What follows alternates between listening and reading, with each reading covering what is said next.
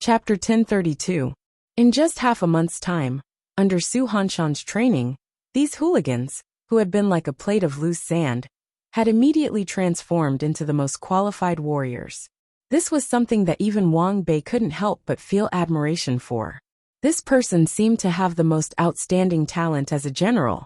It was able to train the most ordinary martial artist into a useful warrior. Not only that, Su Hanshan had even used his own connections and enticement to recruit even more bandits and bandits. Right now, Qixi had a new army of nearly 20,000 bandits and bandits. Release! Su Hanshan unsheathed his sword and swung it down. In an instant, the new army of 20,000 bandits and bandits crouched down, knocked their bows, took aim, and pulled the trigger. Bum bum bum. The 4,000 Tang Dynasty ballistae, along with the 1,000 ballistae operated by the science of the capital, fired. 5,000 ballista bolts shot out like lightning bolts, piercing through the bull's eye. The powerful force of the bolts shattered the target. Not bad. Not far away. Wang Hua secretly nodded when he saw this scene. At this speed, in another month, this ballista army will be able to be put to use, and their training will be over.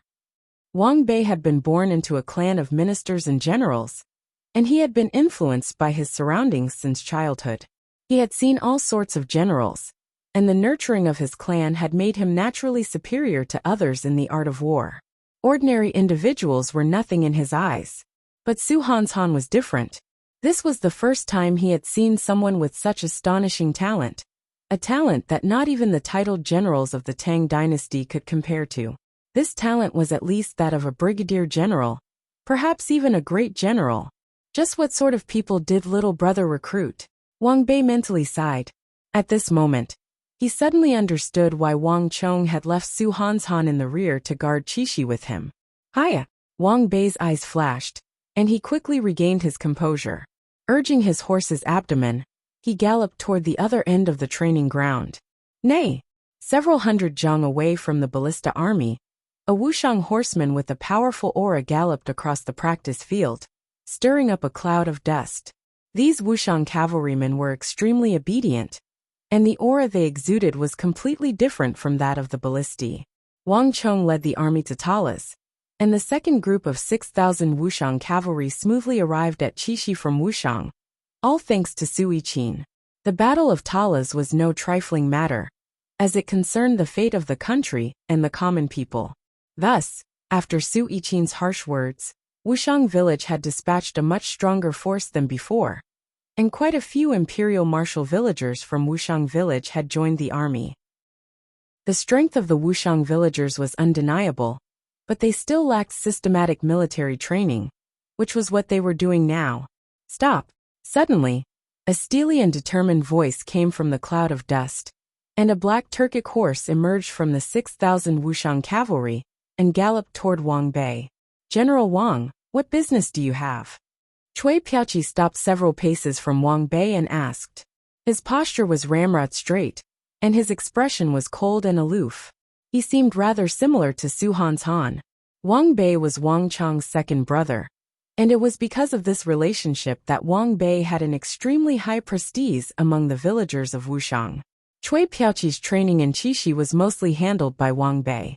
Wang Bei rarely interfered with the training of Wuxiang village, so if he did come, there was definitely a reason. Cui Piaoqi, there's not much time left.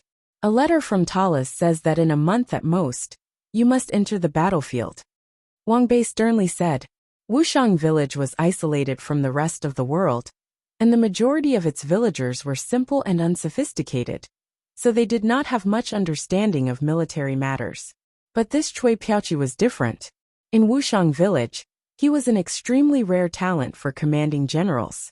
There were many things in the art of war that Cui Piaoqi might not understand in advance, but as long as it was explained to him, he would immediately understand and even comprehend by analogy.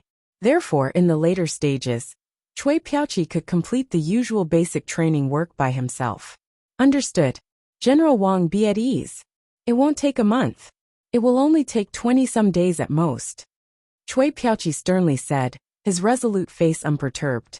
With these words, he quickly turned around and rejoined the ranks to begin training. Cutting formation. Hurry! With this order, the 6,000 Wuxiang cavalry shot off in every direction like quicksilver. Flap flap. Several days later, black eagles flew into the capital, disappearing into various parts of the capital. In the Four Quarters Embassy, behind a lush forest of bamboo, there was a round pond filled with lotus flowers. Fish swam beneath the lotus flowers. Next to the pond was an artificial mountain, and the atmosphere was tranquil and serene. At this moment, an old man dressed in a white robe was silently fishing on a folding bamboo chair. Unlike other fishermen, the old man's fishing rod only had a string, not a hook. Moreover, it was suspended in the air, not sinking into the water. But even so, there were many fish in the pool gathered below the string.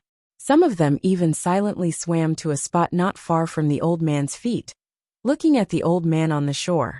It was as if this white-robed old man had some kind of special power that made the fish in the pool involuntarily approach him and get close to him.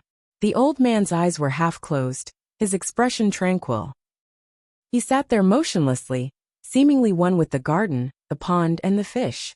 Not far behind him, the Imperial Army soldiers lowered their heads, gazing at the old man's back with extreme respect in their eyes. Reporting. At this moment, a resounding voice came from behind them, followed by the heavy footsteps of an Imperial Army soldier, as he hurried through the bamboo forest toward the pond. Splash! The water exploded, and the shoal of fish in the pool seemed to be frightened, quickly scattering in all directions. The originally peaceful and tranquil atmosphere disappeared in an instant. What's going on? Didn't I tell you not to disturb Duke Jio when he's fishing? Have you forgotten all about it? At the side, a commander of the Imperial Guards had already walked over quickly and stopped the Imperial Guard who was delivering the letter. "My lord, it's news from Talis." The Imperial Army soldier who delivered the letter said solemnly. He naturally understood the rules of the Four Quarters Embassy, but this was no small matter. Moreover, the letter had been stamped with that large seal. "Even so, can't you wait a little longer?" the Imperial Army soldier angrily said. "Is it news from Chong'a?" Right at this moment, an aged and mellow voice suddenly sounded out from behind them. When they heard these words, their bodies shook, and they lowered their heads in unison. Reporting to Duke Jio, "It is not the young Marquis, but Anshi Protector General Lord Gao Xinji." The messenger respectfully replied with his head lowered. By the pond, the white-robed elder was taken aback, and then he finally turned his head. "Bring that letter to me." While Duke Jio was receiving Gao Xinji's letter, in the nearby Taiha Palace, this letter from the distant Talas was like a heavy bomb, causing massive waves in the Tang dynasty. Absolutely not. The Tang dynasty has won at Talas, so why are they still conscripting soldiers? Talas isn't the territory of the Tang dynasty. Since they've won, they should be withdrawing back to Anshi. Why are Gao Xinji and the young Marquis still at Talas? What do they mean by the Tang dynasty is in imminent danger and a three-way alliance? If the Arabs really are as formidable as they say, how could they possibly have been defeated? It seems to me that they just want to gather soldiers to strengthen themselves. Your Majesty, this subject wishes to impeach Gao Xinji and Qixi Protector General Wang Chong. The two of them are seeking to reward themselves for their achievements and want to lie about the military situation so that they can threaten the imperial court. The court was in an uproar as Wang Chong's and Gao Xinji's memorials were brought into the court, immediately stirring up a massive debate. Desecration of military might. This is desecration of military might. The imperial court has already allocated 10 million taels of gold to a trifling outpost, and so many people have died. What more do they want? The civil officials were particularly vocal in their opposition. My great Tang has stood tall for 200 years, and has weathered all kinds of storms. Will it really fall in the hands of a small country in the West? A civil official stepped forward, vehemently objecting to Wang Chong's decision. Absurd. Wang Chong is the son of heaven's disciple. Would he lie about an important matter of state and military might? Desecration of military might? From Anshi to Longxi, do you think he will only stop when all living beings are slaughtered? Have all of you forgotten what happened in the southwest? If not for the young Marquis, the situation would have been unimaginable. Your Majesty, this subject wishes to impeach Assistant Minister of Rights, Zhang Musheng. How can the affairs of the state and the people be delayed by a scholar? The opposition of the civil officials also ignited the fury of the generals of the court, and they began to fiercely protest. Since ancient times, civil officials had been known as officials of the pen and the sword. In the imperial court, whenever there was a conflict between civil and military officials, the generals would usually concede and not argue with the civil officials. But this time, it was different. Almost all of the military generals stood up and set out, opposing the civil officials. The more one understood about the Battle of Talas in the northwest, the more one understood just how powerful the enemy was. Even someone like Gao Xianji had almost died there, much less others. The disparity in strength between the two sides was enormous, and Wang Chong had been able to use tens of thousands of soldiers to fight against an opponent several times his own. This result had not come easily. At a time like this, for Wang Chong and Gao Xianji to work together to report to the imperial court and request reinforcements meant that the situation was extremely dire. Tens of thousands of soldiers, 2 imperial great generals, and even the people of the empire were at stake. This was not the time to concede. Throughout the dynasties, the struggle between civil and military officials had never ceased, but it had generally been restrained.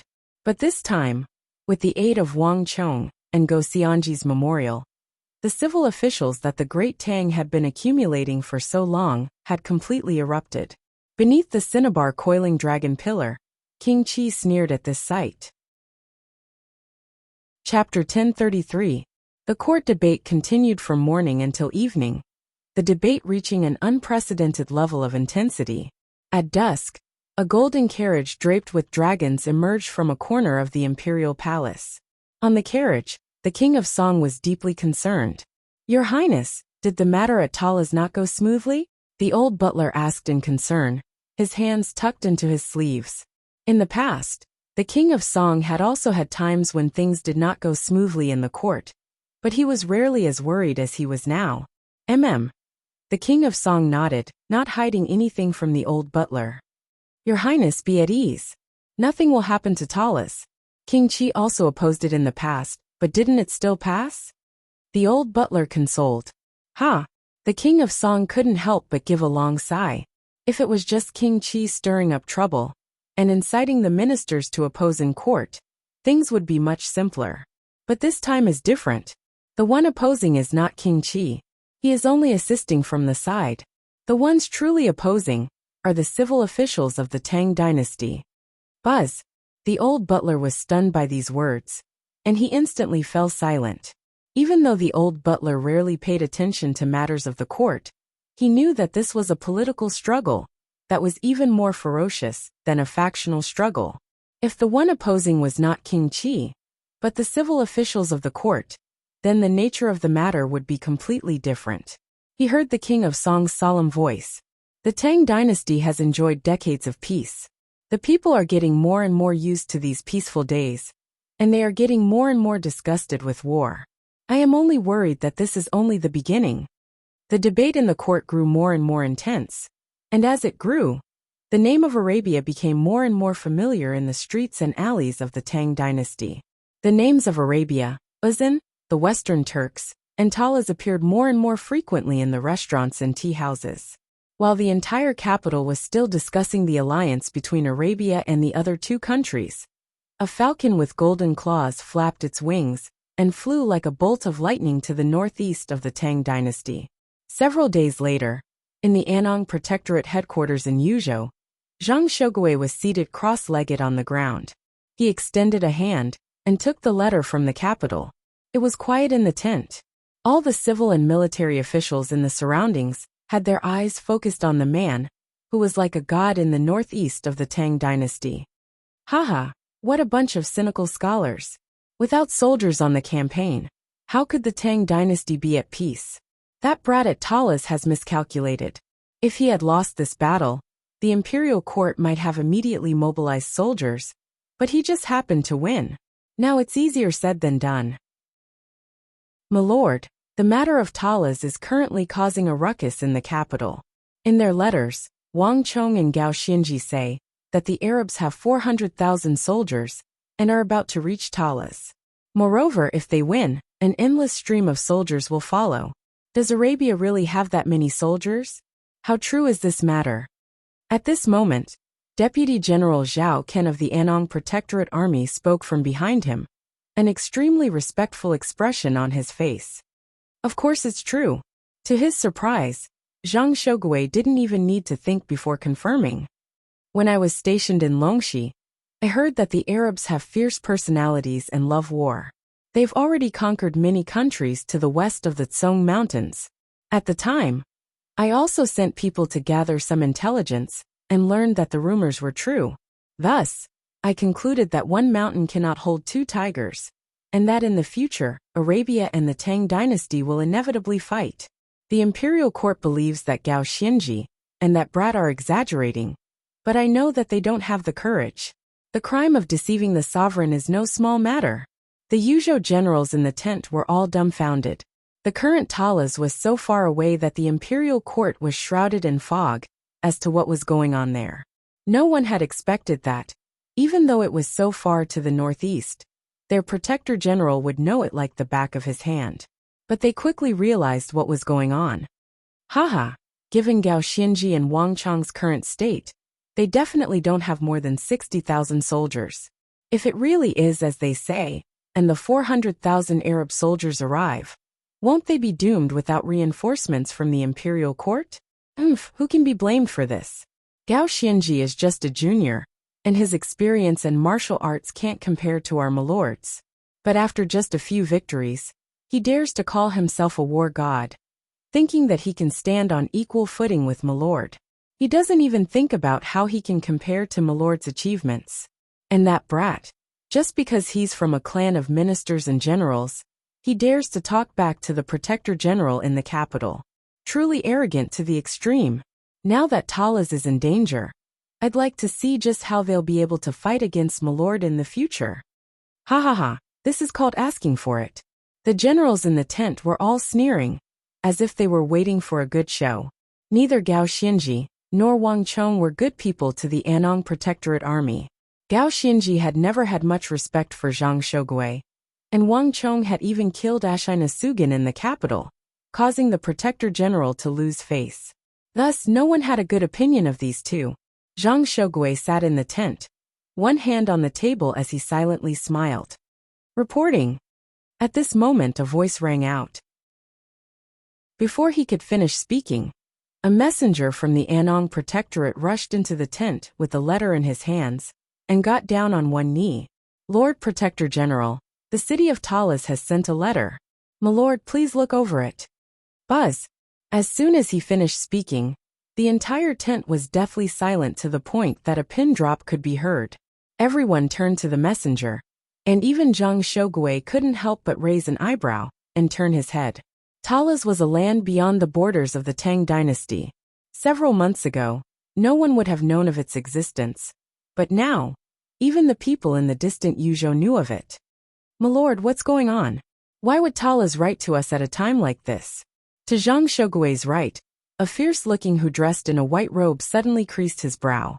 Unlike the others in the tent, he had a pair of snow-white eyebrows, and there was almost no one in Yuzhou who did not recognize him.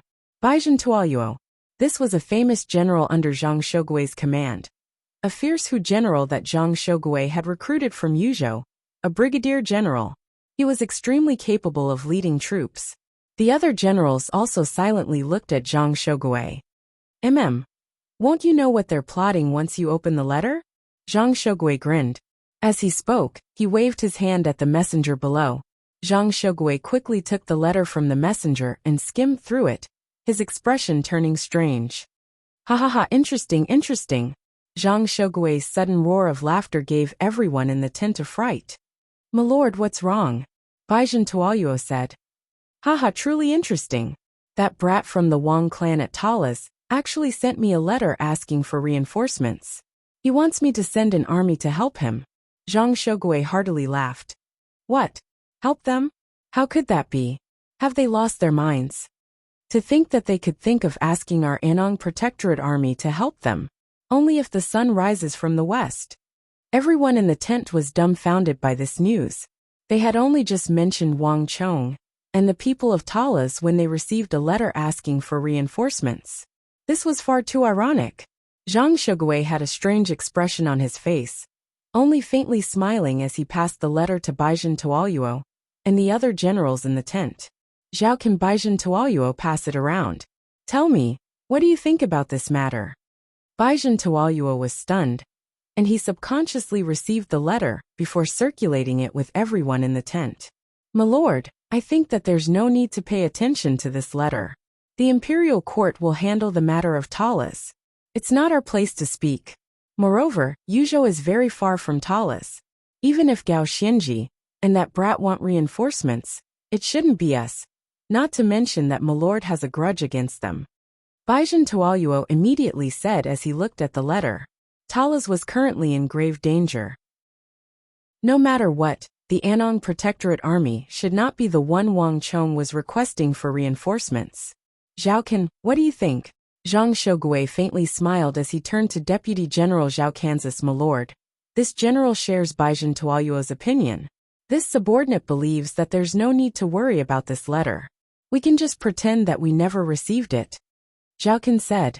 Everyone in the tent nodded, clearly of the same opinion as Zhao Kan and Baizhen Tuoyuo. Zhang Shugui and Wang Chong had always had a grudge, and Wang Chong's grandfather, Wang Juling, had even tried to impeach Zhang Shugui.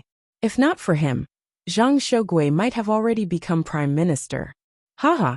Zhang Shugui lightly rapped his right hand on the table, and then said something that left everyone dumbfounded. "Zhao Kan, Baizhen Tuoyuo, you've been with me for many years, and you've been brigadier generals for a very long time. But even now, you're still at that level. And that brat from the Wang clan has already become Chishi Protector General in less than a year. Do you know how you differ from him?" "My lord." Everyone in the tent was dumbfounded. Zhao Kan and Baizhen Tuoyuo were also dumbfounded. They had originally believed that the Protector General had a grudge with the Wang clan. So no matter how they looked at it, he wouldn't help them. But that was clearly not the case at all. "I have a personal grudge with that brat from the Wang clan and Wang Juling. If we were to meet in private, it wouldn't be excessive for me to kill them. But that brat from the Wang clan is asking for my help on official matters, for the sake of the empire. If I were to put aside official matters for my personal reasons and refuse him, wouldn't that prove that I, Zhang Shugui, am narrow-minded, that I can't even compare to a grandson of Wang Juling's? It would also prove that Wang Juling's words were correct. Moreover, it's fine if nothing happens to Talas. But if something does, do you think that the imperial court and the Holy Emperor will know that we refused Wang Chong's request for reinforcements?" Zhang Shugui said. His words silenced everyone in the tent, all of them dumbstruck. They had only thought about the grudge between the Anong Protectorate Army and the Wang clan, but they had never thought about this. After following Zhang Shugui for so many years, they had a vague understanding of the Holy Emperor's way of doing things. If this matter were to leak out in the future, it would be no small matter. "But my lord, that brat has contradicted my lord many times. Are we really going to be threatened by him into sending troops?" Chapter 1034. The Holy Emperor's matter was truly no small matter, but the two of them found it rather difficult to accept that they would send soldiers to help this brat just because of a letter. "Haha, blackmail? You're overestimating that brat too much." Zhang Shugui grinned. "Soldiers naturally have to be sent, but it's not necessarily because of that brat. Zhao Kan, Baizhen Tuoyuo, remember this. Great generals do not compete in martial arts and strength, but also in the bearing of a general. Could our Anong Protectorate Army lose to a brat who still smells of his mother's milk? Didn't that brat send a letter asking for 4,000 soldiers to help him? Zhao Kan, Baizhen Tuoyuo, pick 6,000 elites for me. In addition, report to the imperial court that although I, Zhang Shugui, am in Yuzhou, I am concerned about the imperial court and am willing to send 6,000 soldiers to reinforce Talas." Zhang Shugui narrowed his eyes and rapped his right hand on the table with these last words, his voice tinged with deeper meaning. Zhao Kan and Baizhen Tuoyuo froze, confused at the start, But as they had followed Zhang Shogui for many years, they quickly understood.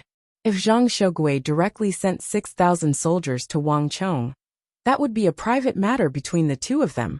But if Zhang Shogui wrote a letter to the imperial court while sending these soldiers, that would be a matter between Zhang Shogui and the imperial court. The Anong Protectorate Army was expressing its loyalty to the imperial court and the Holy Emperor. Although this matter had arisen from a letter from Wangchong, it no longer had much to do with Wangchong. Not only that, the two of them had also thought of something even deeper. Talas was currently in grave danger. If the Anong Protectorate Army could be the first to respond and send reinforcements, then whether the Battle of Talas ended in victory or defeat, the Anong Protectorate Army would be invincible. At the same time, it would prove its loyalty to the imperial court. In this way, they could turn passivity into initiative. In addition, His Excellency had always wanted to become Prime Minister of the Tang dynasty, and the greatest obstacle to this was the virtuous Prime Minister of the Tang dynasty, Duke Jiao. If they could lend a hand to Talas now, they might be able to reduce some of this resistance for His Excellency in the future. Yes, this general understands. Your subordinate will do so. Of the 6 protector generals of the Tang dynasty, Zhang Shogui was far from the only one who had received a letter from Talas. All the generals of the Biting Protectorate were gathered in the hall. Biting Protector General Sishun, a valiant figure, was seated at the head of the hall. Have you seen Gao Xinji's letter? Sishuan's eyes were slightly closed. His thunder-like gaze swept over all the generals under His Highness. Lord Protector General, forgive me for speaking frankly. Of all the borders, our Biting Protectorate has the most soldiers, but we guard the longest border and face the most enemies. Besides the Western Turkic Khaganate, they also had to guard against the Eastern Turkic Khaganate. The combined soldiers of these two countries numbered nearly 1 million. Moreover, if Gao Xinji wanted ordinary soldiers, it would have been one thing, but it just so happens that he wants our elite Dragon Stallion army. Our Biting Protectorate has hundreds of thousands of soldiers, but the Dragon Stallion army only has a few thousand? Therefore, this general believes that this matter absolutely cannot be agreed to. Lord Protector General, this general believes that this cannot be done. Although the Dragon Stallion army is precious, the situation at Talas is extremely serious. This time, the Arabian Empire to the west of the Tsong Mountains is a menacing force. If Gao Xinji's forces cannot stop the Arabs, then our Biting Protectorate army will bear the brunt of the attack. When that time comes, the Dragon Stallion army will no longer be able to resolve the problem. Helping the Anchi Protectorate army is actually helping ourselves. Without the lips, the teeth will feel the cold. That's right. Besides the Arabs, there is also the celestial wolf Great General Dewissely of the Western Turks, a formidable foe of our Biting Protectorate. By sending the Dragon Stallion army to deal with Dewissely, we are actually helping ourselves. Absurd. Did you see Gao Xinji's memorials? The Arabs will send an army of 400,000. Gao Xinji's forces alone won't be able to stop them. In the end, Talas will fall. To send the Dragon Stallion army at a time like this is just suicide. Voices of opposition and support rose and fell in the hall, the debate extremely intense. Sishun sat motionlessly with his eyes closed, silently listening to the arguments.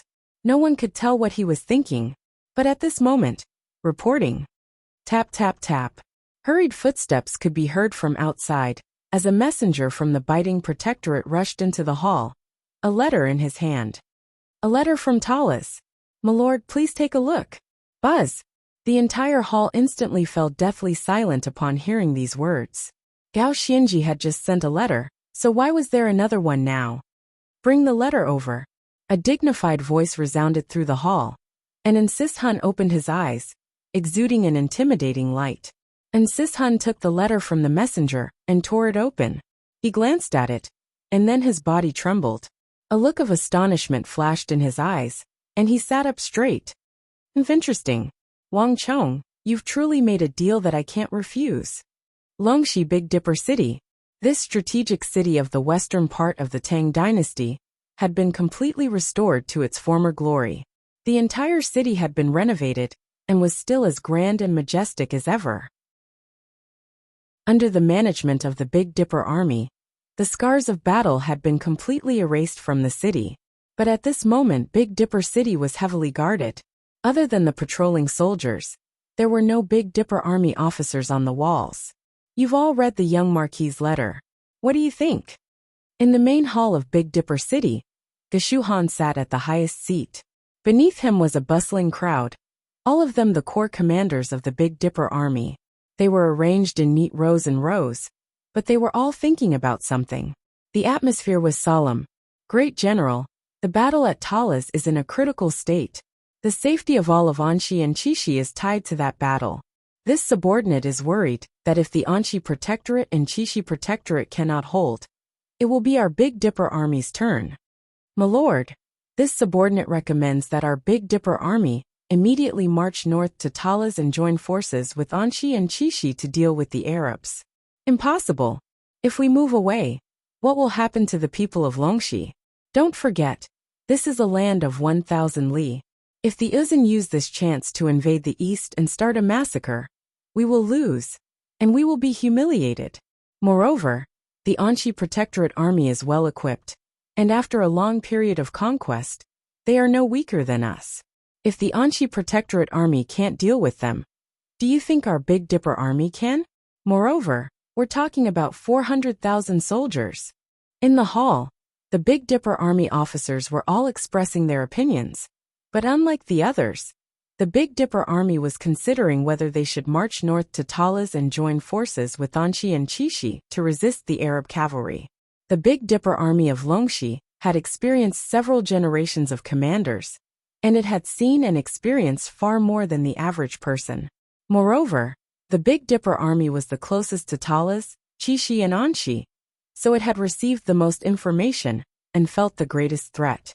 Thus, it considered problems differently from the other protectorates. As Geshu Han listened to the discussions of his officers, his brow furrowed even tighter. Suddenly, Geshu Han's gaze swept past one of the generals who had his head lowered in thought. He suddenly had a thought and asked, "Silly, what do you think?" Starving Wolf War General Wang Sili was one of Geshu Han's 7 great generals, a brigadier general. His father, Wang Qianwei, had been a famed general of the north, a true descendant of a clan of generals. Wang Sili had served the Tang dynasty's war god Wang Zhongxi and Geshu Han, 2 great generals. He was extremely experienced and astute, so both Wang Zhongxi and Geshu Han regarded him as their left and right arms. My lord, the 2 Uzun generals, Huashu Wuzong and Dusong Mangpoj, have all gone north, and 2 of the Uzun soldiers have been killed by the young Marquis's assault. In addition, our Big Dipper army has been fighting for many years, and Uzun is only outwardly strong but inwardly weak. In truth, we don't have many soldiers that we can actually use. The only ones we have to fear are the soldiers of the Yarlung royal lineage, the soldiers guarding the royal capital, and the White Lion Great General Witadra Konglo. Wang Sili lowered his head, his eyes glimmering with a deep and wise light. But the general's concerns are not without reason. Longxi is an important place that we are guarding. If we move our soldiers on our own, we will be disobeying the orders of the imperial court. If something really does go wrong, we will not be able to bear the consequences. But this general believes that Talas must be reinforced. While Longxi's safety is guaranteed, we can send as many soldiers as we can to the north. This subordinate believes that before we send our soldiers, we can initiate a battle, turning passivity into initiative and weakening Uzun's strength. Once the situation in Longxi is stabilized, we can send reinforcements to Talas. In addition, the young Marquis said in his letter that we only need to send 2,000 of our elite soldiers of the Divine Martial Army. This general believes that we can increase this number to 3,000, and then send another 3,000 elites to assist the Anxi Protectorate Army and Qixi Protectorate. After all, they are actually fighting for our sake. But our Big Dipper army only has 20 to 30,000 soldiers. If we send 7,000, how can we stop Uzun's counterattack? Wang Sili had barely finished speaking when one of the generals harshly objected. Ever since Wang Zhongxi's time, the Big Dipper army had always pursued a policy of elite soldiers. Thus, in the Longxi region, The Big Dipper army had always used the fewest soldiers to fight against the most enemies. They were already short on soldiers, so how could they have the strength to reinforce the other armies? This was also why the Big Dipper army was still debating. This matter isn't that difficult. Wang Sili laughed when he heard this. The 7,000 soldiers we can send north can be replenished by the prefectural armies in Longxi.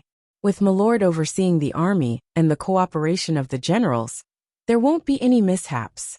Moreover, the prefectural armies of Longxi have always been our reserves. Since the establishment of the Big Dipper army, we should give them a chance and replenish them with new blood. Unlike the others, Wang Sili appeared rather relaxed. The generals in the hall glanced at each other. They had originally been prepared to retort, but after some thought, they realized that Wang Sili's words were not without reason.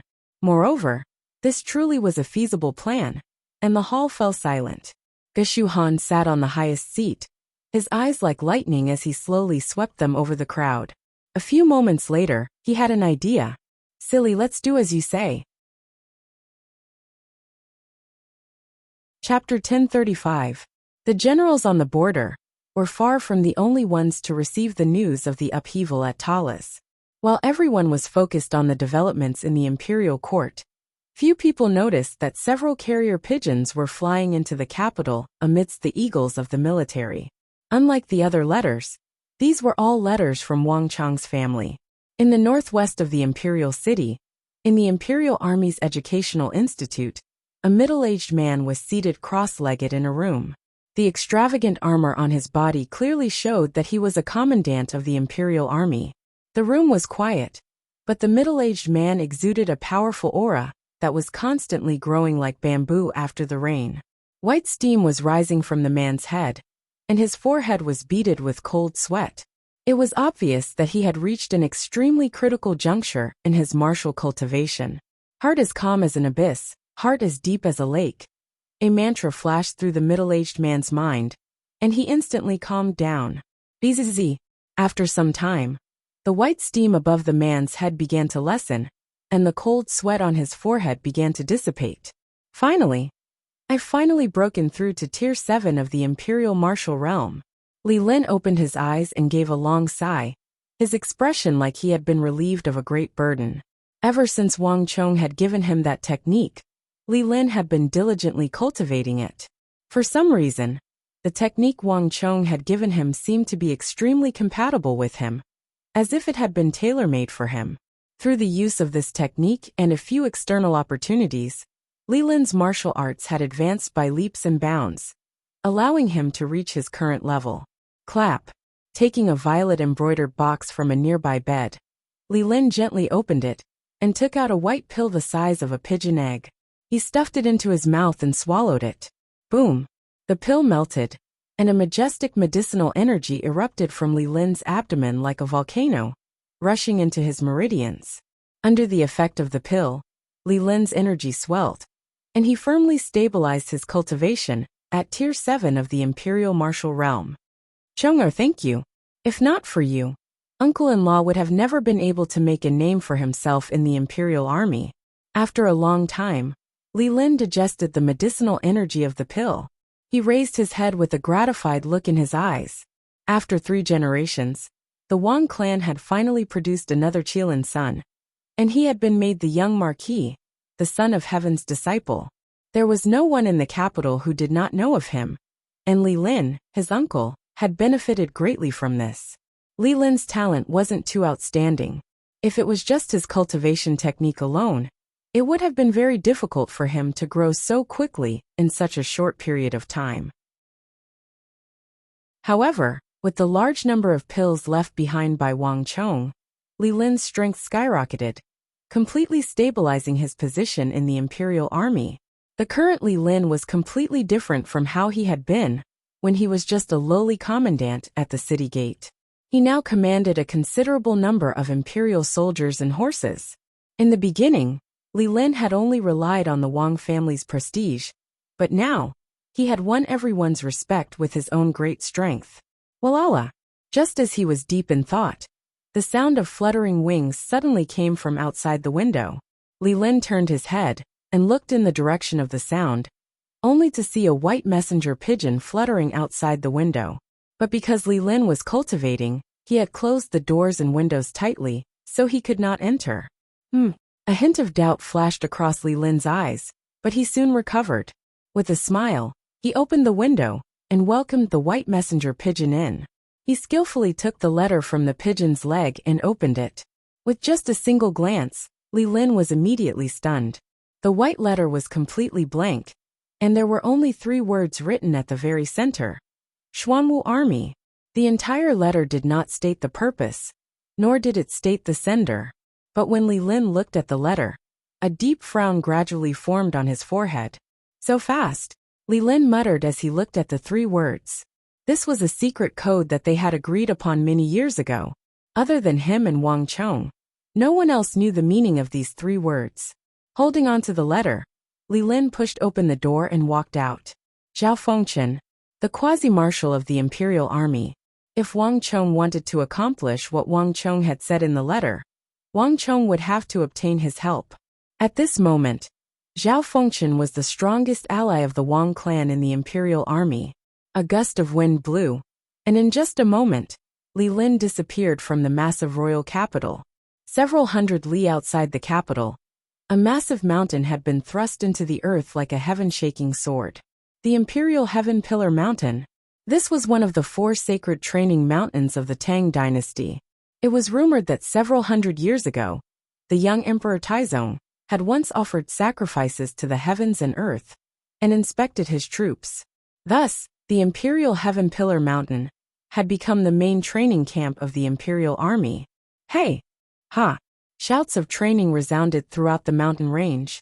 On the lush surface of the mountain, a group of reserve Imperial Army soldiers dressed in black uniforms ran along a rugged mountain path toward the summit. Even higher up the mountain, hundreds of Imperial Army members were training at the peak of the mountain, shrouded in mist. At the highest point of the summit, a thin middle-aged man was seated cross-legged on a round rock, silently looking down at the scenery below. A gust of wind swept up the man's hair. In an instant, the man looked down the mountain, and a smile appeared at the corner of his mouth. He looked calm and relaxed. Cuckoo! Just at that moment, a messenger pigeon flapped its wings and flew across the sky. Suddenly, it descended from the clouds toward the man's location like a bolt of lightning. The thin man's eyebrows twitched, and a trace of astonishment flashed through his eyes. He suddenly stood up from the rock and caught the pigeon that flew down from the sky. With just a glance, the man's smile faded, and his expression turned extremely serious. Chonger, as expected, you still spoke. The war at Talas is already so grim that you need to use that force so soon? A complicated look flashed through Wang Mi's eyes, and he immediately began to walk toward the belly of the mountain. No matter how fierce the civil and military struggle at Talas was in the imperial court, it was an extremely distant matter to the ordinary people of the Central Plains. The capital remained calm and peaceful. In the western part of the city, in the Ghost Tree district, there was a bustling crowd. No one noticed that a child about 8 or 9 years old was carrying a half-foot-tall wine gourd in his hand, humming and swinging it as he strolled around. Boss, how much for a skewer of Tonghulu? 2 copper coins. I'll take it. Boss, give me 2 tails of wine. Boss, I'd like a plate of braised beef. The child bought as he walked, and it didn't take long for the gourd to be filled with wine, a few more dishes in his basket, and a skewer of Tonghulu in his hand. The peddlers along the way all greeted the child. After spending so much time here, everyone was very familiar with this child. Every day, he would come here to buy a pot of wine and a few dishes. Bang! As the child was licking the Tonghulu, a figure suddenly appeared in front of him. Caught off guard, the child ran headfirst into this figure. Sorry. The child panicked and hurriedly apologized. But when he raised his head and saw the figure in front of him, the child was instantly dumbfounded. The person before him was tall and burly, wearing armor. He was not one of the common merchants or commoners of the Ghost Tree district, but a soldier of high status. Jingle! Just as the child was panicking, a golden red bell suddenly hung down. The black image of a ghost tree was extremely conspicuous on the golden red bell. Senior. Seeing the bell and the image, the child was stunned, and then a look of pleasant surprise appeared on his face. You were sent by Senior? Marquis is in the northwest and can't come. He sent someone to deliver a letter to you. He said that you'll understand once you see this bell. The soldier nodded. As he spoke, he took out a letter from his pocket, held it with both hands, and handed it over respectfully. Send my regards to Senior Su. In the end, the soldier in armor couldn't help but say it out loud. Who could have imagined that this child of 8 or 9 years old was actually the disciple of the Tang dynasty's god of war, So Yung-sun? Whenever he thought of that godlike existence in the Tang dynasty, the soldier couldn't help but feel excited. Got it. The child made a face, took the letter from the soldier's hand, and skipped away quickly. One carrier pigeon after another flew into the capital of the Tang dynasty, and one eagle after another flew to the border of the capital. These carrier pigeons and eagles were like wooden poles plunged into the ground, and the entire central plains began to move according to the plans of Wang Chong and Gao Xianji. Meanwhile, in the distant Talas, the clouds of war were thick and the air was fraught with tension. The news from the Khorasani had caused the entire city of Talas to enter a state of readiness for war. In a dimly lit study in the northwest corner of Talas, Wang Chong's eyes flickered. Wang Chong was seated behind a desk, and before him was a pile of letters piled up like a mountain. Wang Chong, you were looking for me? Suddenly, the door opened and Gao Xianji, dressed in martial attire, walked in. Lord Protector General, you've come. Wang Chong raised his head and rubbed his eyes, a hint of exhaustion on his face. You haven't slept all night. Are you still thinking about the Arabs? Gao Xianji said. Wang Chong smiled and nodded. Abu Muslim had not retreated, and a new wave of soldiers was about to arrive.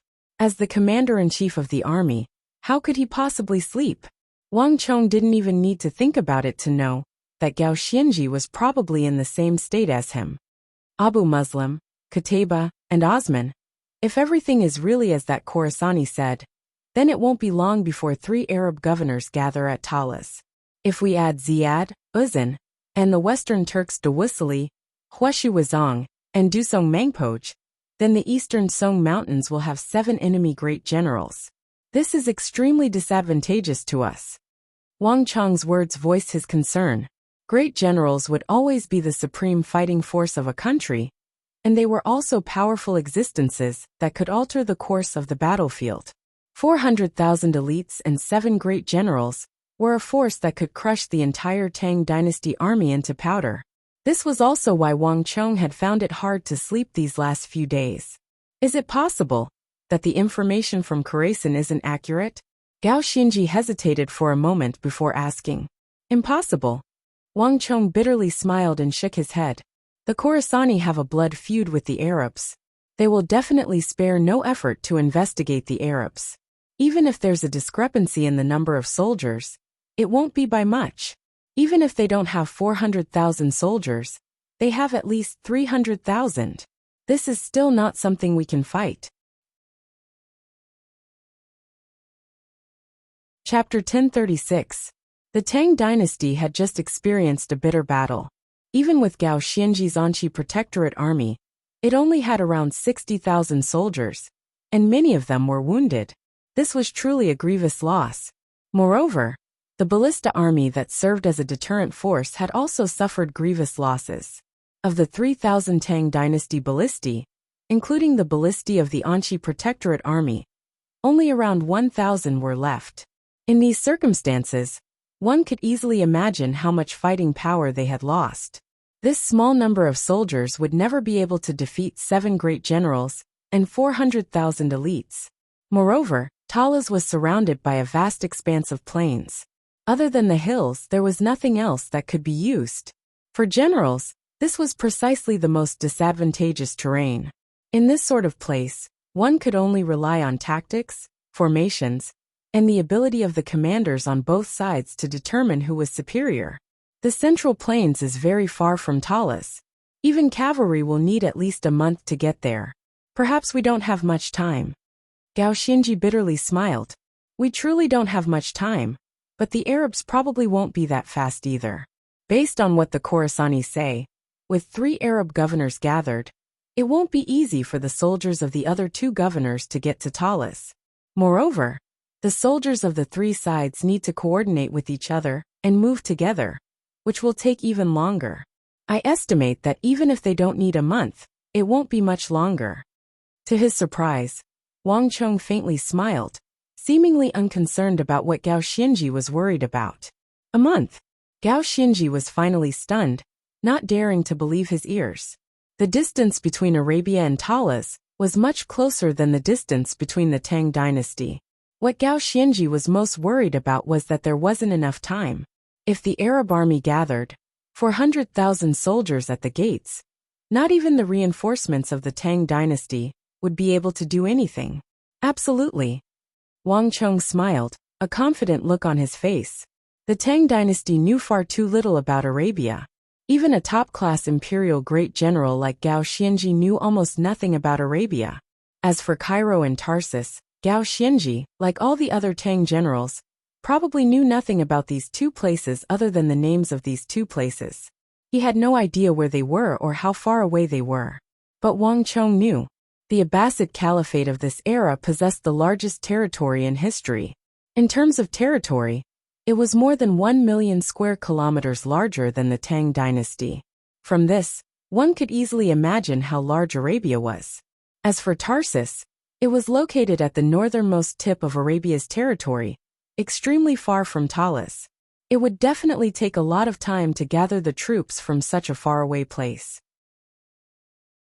This was also why Wang Chong was confident that the Arabian Empire would need at least a month to reach the walls. For the Tang dynasty, they still had enough time to prepare for this battle. At least the gap between them wasn't as big as they had imagined. Lord Protector General, how are your injuries recovering? Wang Chong quickly regained his composure. 90% of my injuries have recovered, but I'm afraid that I'm still lacking the strength to deal with Abu Muslim. Gao Xianji couldn't help but give a deep sigh. Wang Chong also couldn't help but frown, his heart heavy. Gao Xianji's final words described the situation of the Tang dynasty and its army at Talis. The Arabian Empire had sent 3 governors for this operation, and the only one who could contend against them was Gao Xianji. If not even the strongest of them, Gao Xianji, could deal with them, the situation of the rest of the army could be easily imagined. But Wang Chong quickly glanced over the thin sheets of paper on the table and came to his senses. Whether or not his plan would be effective depended on these papers. My lord, I once obtained a supreme martial art in the capital, but because its nature was incompatible, I never cultivated it. After fighting alongside my lord, I sensed that the nature of my lord's stellar energy is somewhat similar to this supreme martial art. Perhaps it can be of some help to my Lord Protector General. Wang Chong's eyes focused, and he suddenly extended a finger and flicked the 2 sheets of paper toward Gao Xianji. Is that so? Gao Xianji faintly smiled, instinctively wanting to refuse.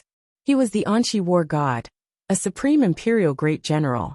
In the entire world, he could count on one hand the number of people who could instruct him on anything useful. Moreover, Wang Chong's cultivation was even lower than his own, so how could he possibly offer anything useful? But when he saw the earnest and expectant look on Wang Chong's face, Gao Xianji began to hesitate. Talis was currently fraught with danger, and any bit of strength would be of immense help. Besides, Wang Chong was doing this out of goodwill. Okay, I'll take these papers back and take a look. As Gao Xianji spoke, he took the 2 sheets of paper and put them into his bosom. Wang Chong breathed a small sigh of relief at this sight. He had spent a few days picking out this incantation from the countless cultivation methods and chants in his memory. And from a certain perspective, this technique was closely related to Gao Xianji, and it would probably be of the greatest help to Gao Xianji. But not even Wang Chong had much confidence in the specifics until the effects were seen. After all, this was something that should never have happened in history. It's enough. As long as he goes back and takes a look, he'll naturally understand. Wang Chong quietly said to himself. He could sense that Gao Xianji wasn't very interested in the technique he had given him. However, Wang Chong did not press him. Some things could not be rushed. That's right, there's one more thing. Wang Chong quickly regained his composure. In your last battle with Abu Muslim, Lord Protector General's armor was shattered. So this time, I ordered someone to use meteoric metal to forge a set of armor for Lord Protector General. Oh. Gao Xianji's body trembled slightly, and a bright light shone in his eyes. He was immediately interested. Meteoric metal had always been an extremely rare material in this world. Not even the armor that the Holy Emperor had given him contained that much meteoric metal. But Wang Chong's existence had completely defied common sense. Gao Xianji didn't know how he had done it, but he had never seen so much meteoric metal in his life. In Wang Chong's hands, this extremely rare meteoric metal seemed like ordinary steel. This was simply astonishing. Heh. Wang Chong faintly smiled and did not keep Gao Xianji in suspense. He extended a finger and lightly knocked on a wooden chest leaning against the desk. Bang! The wooden board exploded, revealing a set of black and red armor. Even someone of Gao Xianji's experience couldn't help but widen his eyes at the sight of this armor, and his vision brightened. This armor was extremely beautiful, each scale having been polished thousands of times. It was as smooth as a mirror, and even in the dim light of the room, it shone with a dazzling light. As for the armor as a whole, it was mighty yet elegant.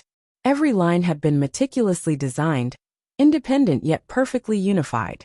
Moreover, looking from afar, it was like a dragon or a tiger, filled with a strong sense of power and ferocious explosive power. Impossible. Even someone of Gao Xianji's experience couldn't help but sigh in shock at the sight of this armor. The armor Wang Chong had forged was different from any armor he had ever seen. The style and level of craftsmanship far surpassed any other armor he had ever seen.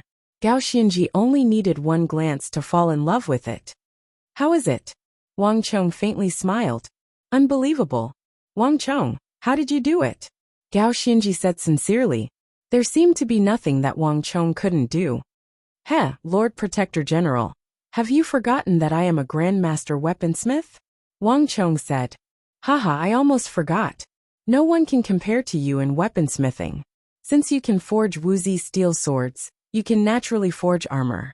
Gao Xianji was taken aback for a moment, and then he laughed. In this world, anyone who claimed to be a Grandmaster weaponsmith would feel like they were boasting. Only Wang Chong would not give off the impression that he was boasting.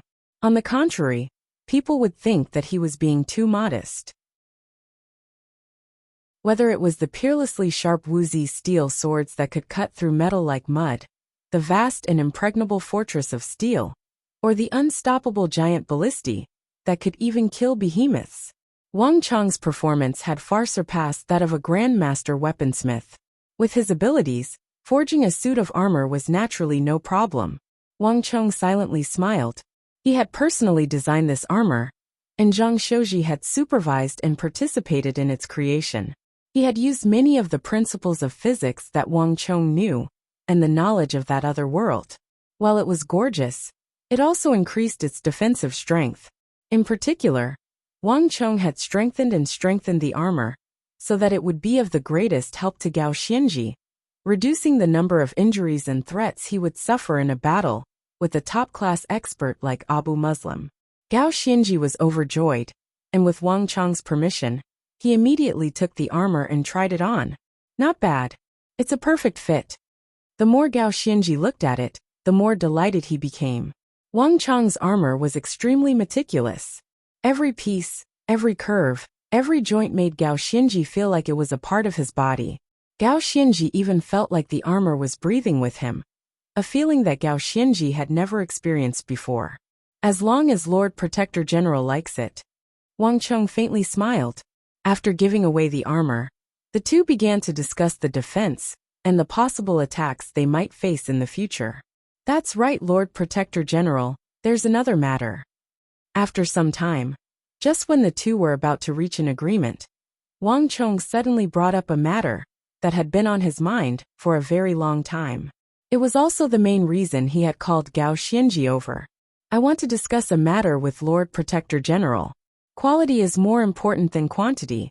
I want to select some of the most elite soldiers from the Anqi Protectorate Army, Qixi Protectorate, and mercenaries to form a special army to deal with the Arabs. Oh, Gao Xinji raised an eyebrow in surprise. The Tang dynasty simply didn't have enough soldiers at Talas. He had never imagined that Wang Chong would propose to form an army at a time like this. What sort of army do you want to form? Chapter 1037. Lord Gao, you also know that the majority of our soldiers are infantry. In truth, the strongest force of the Tang dynasty was also infantry, although they also had a considerable number of cavalry. But in terms of cavalry, other than the Wuxian cavalry, there are very few cavalry that can compare to the Arab cavalry. Wang Chong sincerely said. He had thought about this plan for a very long time, but he still needed Gao Xinji's agreement to actually push it forward. This truly is the case. The Anqi Protectorate army is already the elite of the Tang dynasty protectorates, but it doesn't have much of an advantage against the Arabs. If not for the city of Talas behind us, we would have never been able to last so long in the wilderness against so many Arabs. Gao Xinji sternly said. Whether it was the Arabs, the Western Turks, or the Izan, they were all people who lived on horseback. In this aspect, the Tang dynasty, as a people of agriculture, could not compare to them. This was already public opinion, and there was no need to deny it. When fighting against other races, we actually rely more on infantry, cavalry and ballista soldiers to fight together. In this aspect, we are different from the Arabs and the Western Turks. Both sides fight in different ways, so it's not easy to make a direct comparison. But on the plains and in the wilderness, cavalry still has the absolute advantage.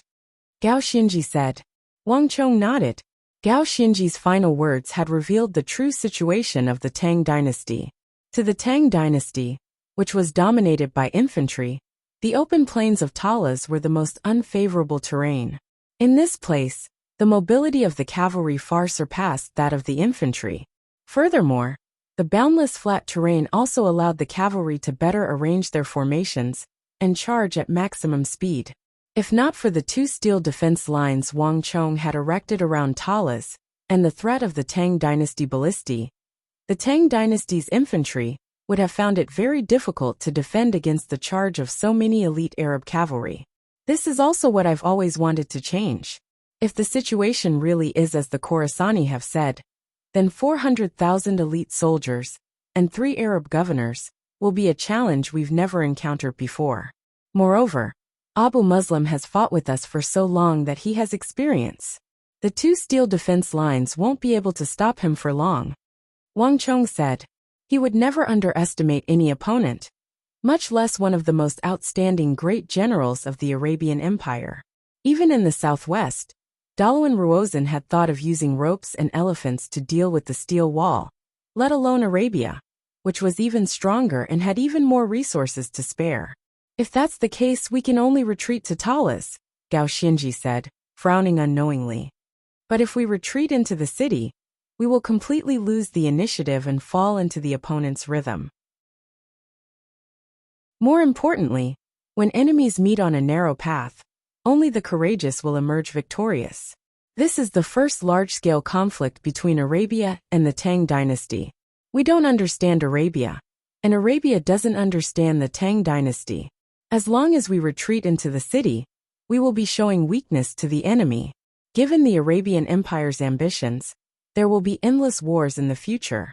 Wang Chong finished the second half of what Gao Xinji had left out.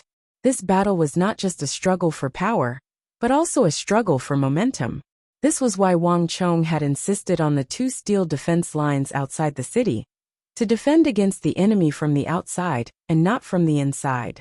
It was also why Wang Chong and Gao Xinji had not retreated from Talas, even though they had defeated the Arabs.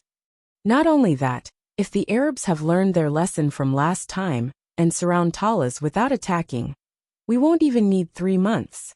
In less than 3 months, when our rations are exhausted, we will lose without a doubt. The study was quiet. Gao Xinji's brow was tightly furrowed, and the atmosphere was oppressive. Abu Muslim was a valiant general, but he was not lacking in strategy. The first time, he had believed that he could force his way through, but after 2 whole months, he had made no progress. This time, If the Tang dynasty wanted to rely on the city of Talas, it would not be so simple. Even more dangerous was that once the two steel defense lines were lost, the Uzun, the Western Turks, and the Arabs would gather together. With 7 great general experts, the 3 empires would probably choose to use the strength of their great generals to crush the Tang dynasty. What do you plan to do?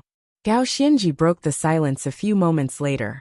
Wang Chong faintly smiled, knowing that Gao Xianji had already thought it through. I want to form a new type of soldier, the Emo Saber Warriors. Emo Saber Warriors? Gao Xianji raised his head and looked at Wang Chong, a hint of confusion in his eyes. Gao Xianji was experienced and well-read, but he had never heard of this sort of square formation. What is the meaning of this? Have you even changed your weapon? Gao Xianji had acutely extracted the words Emo Saber from Wang Chong's words. The Tang dynasty had all kinds of sabers, but he had never heard of the Emo Saber. Haha, I just knew that I couldn't hide it from milord. Wang Chong faintly smiled, no longer intending to keep him in suspense. Someone bring the item in. Yes, Marquis. A voice came from outside, and under Gao Xianji's curious gaze, a soldier of the Qixi Protectorate army strode in, his head held high and his chest puffed out, a brocade box 7 or 8 feet long on his shoulder. Crescent Moon Saber? Gao Xianji turned to Wang Chong in surprise. The weapons of the Tang dynasty were 3 feet long, with a few being 4 feet long. Sabers were a little longer, but the difference wasn't that great. Sabers that could reach 4 feet were extremely rare, and the only one that Gao Xianji knew of was the Green Dragon Crescent Moon Saber. It was rumored that more than 500 years ago, at the end of the Eastern Han Dynasty, the long-haired martial saint of the Central Plains with the surname Guan used the Green Dragon Crescent Moon Saber. But this weapon was only suitable for martial arts. Duels between great generals were also part of the scope of martial arts, so they could naturally use this weapon. But for ordinary soldiers, it was extremely inconvenient to use this weapon on such a large scale. Of course not. Under Gao Xianji's stunned gaze, Wang Chong chuckled and shook his head. He stood up from behind the table and walked up to the Qixi Protectorate soldier. My lord, take a look and you'll understand. As he spoke, he gestured at the soldier. Clap. The brocade box opened, revealing a weapon 7 or 8 feet long that was completely different from any other weapon in this world, quietly lying at the bottom of the box for the first time. At the sight of the weapon at the bottom of the box, even Gao Xianji couldn't help but narrow his eyes, a hint of shock appearing on his face. The weapon in the box had a perfectly straight blade, and the blade was extremely sharp. Moreover, the design of the blade and the back of the blade were extremely smooth, making it extremely easy to hack and slash. With one look, one could tell that it was an abnormally powerful weapon. Moreover, the surface of the weapon was as smooth as a mirror, its design extremely ornate. It was like a shark of the sea, savage but elegant. This was no longer a weapon, but the most exquisite of works of art. Even something as cruel as slaughter had been raised to the realm of art. Even Gao Xianji had to admit that Wang Chong had truly reached a breathtaking level in weaponsmithing. In all the countries of the continent, not just the Tang dynasty, probably no one could compare to Wang Chong. But the light in Gao Xianji's eyes only lasted for a few moments before dimming. This truly is a good saber, but I'm afraid that it's not suitable for use on the battlefield. Gao Xianji quickly looked away from the Emo saber, and somewhat regretfully said, Oh. Wang Chong faintly smiled, took a sip of tea from the table, and then looked at Gao Xianji, apparently having predicted his reaction. Lord Protector General, do you feel that the blade, edge, and back of this saber are too long? Although it's easy to wield, it's easy to break? Correct. Gao Xianji didn't deny it. He said with some regret. With a hint of regret, he said, We've thought about this sort of saber before. And even before that, there were countless people who wanted to forge such a large saber or sword. But they've all failed. It's said that the heart is easy to break. Swords and sabers are designed to be 3 to 4 feet long, so that they don't break. This saber is nearly 8 feet long, and in a real battle, it won't even last 10 slashes before breaking in two. And on the fierce battlefield, I presume that you understand what it means if a saber or sword suddenly breaks. Gao Xinji couldn't help but give a deep sigh. Wang Chang's idea was quite good, but it was simply unrealistic. Ideals and reality were two completely different things. This sort of saber could only remain in the realm of ideals. Ha ha ha, my lord. Since I designed this MO saber, I naturally considered this point. Since Lord Protector General believes that it will break, why don't you try and snap it in two? Wang Chong grinned, his expression brimming with confidence. Oh. Gao Xinji froze, his eyes flickering with shock. But he quickly regained his composure. A saber breaking was a problem that had persisted for millennia. How could it be so easy to solve? But Gao Xinji didn't argue. Facts spoke louder than words, and it was easy to tell whether Wang Chang's saber was practical or not. Ding! Gao Xinji did not even turn his head. He extended a finger and gently flicked it at a spot 4 feet away from the MO saber. In that instant, a thunderous metallic sound suddenly came from the saber, reverberating throughout the entire study. A moment later, the indifferent Gao Xinji instantly paled. Although he had only casually flicked his finger, Gao Xinji was a top-class imperial great general, so this flick of his finger weighed more than 1,000 jin, equivalent to the fierce blow of a profound martial expert. Gao Xinji originally thought that with the length of the saber, coupled with the fact that the finger flicked the saber was the weakest and easiest to break, the MO saber would break easily. However, the final result was completely beyond his expectations. Bang! Without the slightest hesitation, Gao Xinji flicked his finger again. But this time, Gao Xinji's expression was much more solemn and serious. The strength of his finger was also many times greater than before, enough to snap many treasured sabers and swords, let alone this MO saber.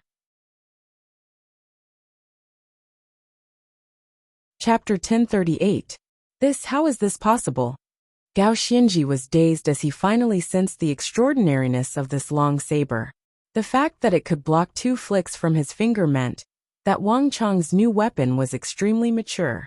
Just the toughness of the blade, and the fact that it was not easy to break meant that the quality and level of this weapon had soared, surpassing the vast majority of weapons in the world. A good saber. Truly a good saber. I've never seen a saber that can break this rule. Wang Chong, I didn't think that you had this kind of ability. This is truly wonderful. As an illustrious imperial great general with more than 10 years of experience, Gao Xinji could almost instinctively sense the immense value of this long saber. Whoosh! Gao Xinji reached out and took the 8-foot-long MO saber from the embroidered box. After twirling it around in his hand, Gao Xinji's eyes grew brighter and brighter. This long saber was easy to hack, and its sturdy and unbreakable blade made it the overlord of sabers. A single long saber like this might not have been that dazzling, but if tens of thousands of people were equipped with this MO saber, it would become a dreadful flood of destruction on the battlefield. This long saber was a weapon born to rule over the battlefield. Wang Chong, how many of these weapons do you have? Gao Xinji turned to Wang Chong. He suddenly understood what Wang Chong meant by MO saber warriors. If he had an elite army fully equipped with this long saber designed by Wang Chong, their lethality would be unimaginable. Moreover, Gao Xinji only needed a glance to understand that this 8-foot-long blade was a weapon that Wang Chong had designed for infantry to deal with cavalry. If this saber slashed down, not only the war horses, but also the riders riding them would be within the range of the MO saber. Gao Xinji could totally imagine the scene of men and horses being slaughtered on the battlefield. Zhang Shouji has already forged more than 100 of them. As long as you agree, all the craftsmen can work day and night. Within a month, all the MO sabers should be completed. Before that, I will have them use wooden sticks instead. Wang Chong said seriously. Wang Chong's MO saber used many forging techniques that far surpassed those of this era. In terms of weapon materials, Wang Chong had gathered many Arabian scimitars from the battlefield, all of which were made from the finest steel, coupled with the extraterrestrial meteoric iron, and a small amount of Wuxia steel. The MO saber now possessed multiple characteristics, and became a true top-grade saber. Wang Chong, let's do as you wish. I will have the Anxi Protectorate Army fully cooperate with you. A strange light appeared in Gao Xianji's eyes as he made his decision. Rumble. Not even Gao Xianji had expected that the moment he agreed, the entire structure of war on the continent would change. An unprecedented type of soldier would step onto the stage of history. After sending off Gao Xianji, Wang Chong pushed open the door to his room and left. In the training ground in the northern part of Talas, Wang Chong saw Li Sai and more than 4,600 Wuxian cavalry. Marquis. Upon seeing Wang Chong, Li Sai immediately urged his Fergana horse forward, one hand on his chest as he gave a deep bow. Are you ready? Wang Chong raised his head and asked. Marquis, be at ease. Everyone is waiting for Marquis' summons. Very good. Take these sheets of paper and have the Wuxian cavalry train day and night. Our time is extremely limited. In 1 month, all of you must complete the training of this formation, Wang Chong said. Wang Chong nodded and sternly said, Your subordinate will do his utmost. Li Sai glanced at the paper, his pupils constricting upon seeing the method written on it. His expression turning grim, he bid farewell to Wang Chong and immediately galloped off. The Azura Hell. These were the contents of the 2 sheets of paper that Wang Chong had given him. Li Sai had been fortunate enough to hear from Wang Chong about the 10 great formations. Of these, the 10 charges 10 victories formation cultivated by the Wuxian cavalry was ranked last, while the Azura Hell was ranked second. In the Lord's Hall of Talas, a door was pushed open, and Gao Xianji, dressed in the new armor that Wang Chong had forged, returned to his residence. After taking off the armor, Gao Xianji went to his desk and began to read through the documents. Just like Wang Chong, Gao Xianji had many military matters to attend to. The treatment of the wounded of the Anqi Protectorate Army, the distribution of logistics, the pacification of the Ferganians and Karluks, the repair of the city walls, the patrols of the scouts. There were far too many things that needed to be taken care of. By the time Gao Xianji finished reading through all the documents, it was already very late. Gao Xianji put the brush back on the brush holder and rubbed his eyes. He couldn't help but reveal a tired expression. Winds foretold a coming storm. Although Talas was currently calm, everyone could feel a powerful pressure. All of the 60,000 soldiers of the Tang dynasty were fighting for every second, doing their utmost to strengthen themselves in preparation for the crueler war that was to come. My lord has worked hard. Have a cup of tea and rest. There was a knock on the door, and a guard of the Anqi Protectorate walked in with a cup of tea. Put it down. Gao Xianji lightly rapped on the desk. After the guard left, Gao Xianji picked up the fragrant tea on the table. Just as he was about to take a sip, he suddenly glanced at the 2 thin pieces of paper on the table.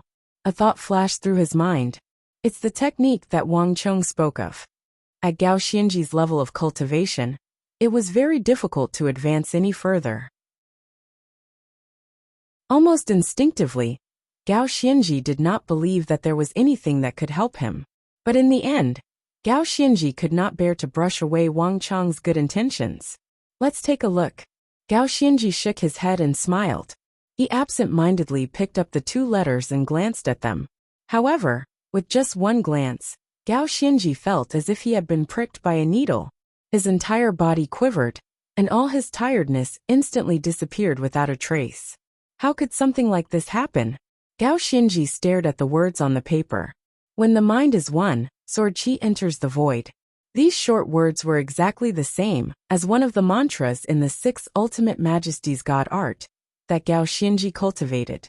Gao Xianji abruptly sat up straight and continued reading. His expression became more and more serious and more solemn. When he finished reading the last word, Gao Xianji let out a long sigh and slowly raised his head, remaining silent for a long time. The hall was silent, but at this moment, Gao Xianji's heart was in turmoil. The technique that Wang Chong had given him was actually 30 to 40% similar to Gao Xianji's own martial arts.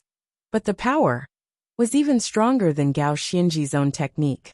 It was like an upgraded version of Gao Xianji's technique. Gao Xianji had never encountered this kind of situation before. Although the 2 were different, there must be an extremely deep connection between them.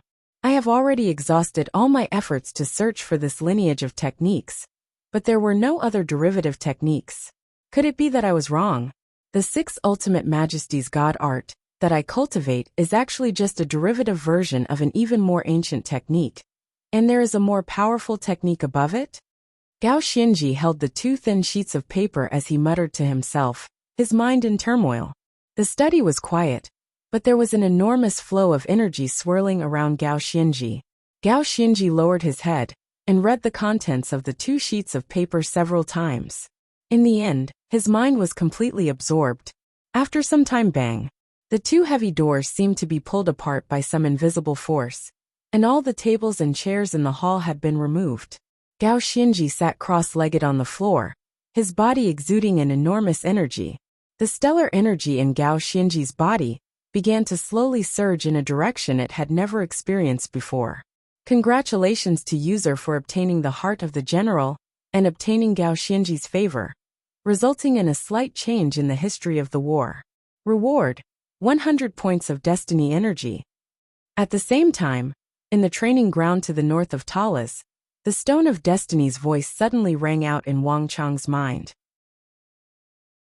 Wang Chong suddenly turned his head to look in the direction of the Lord's Hall of Talas, where a surge of energy was rising into the sky, and a smile appeared on his face. Everything was on the right track.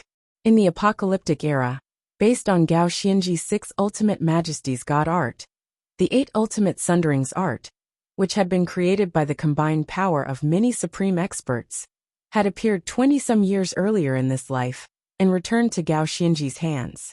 History had taken a subtle turn, and Wang Chong's hand had caused it to deviate once more from its original path.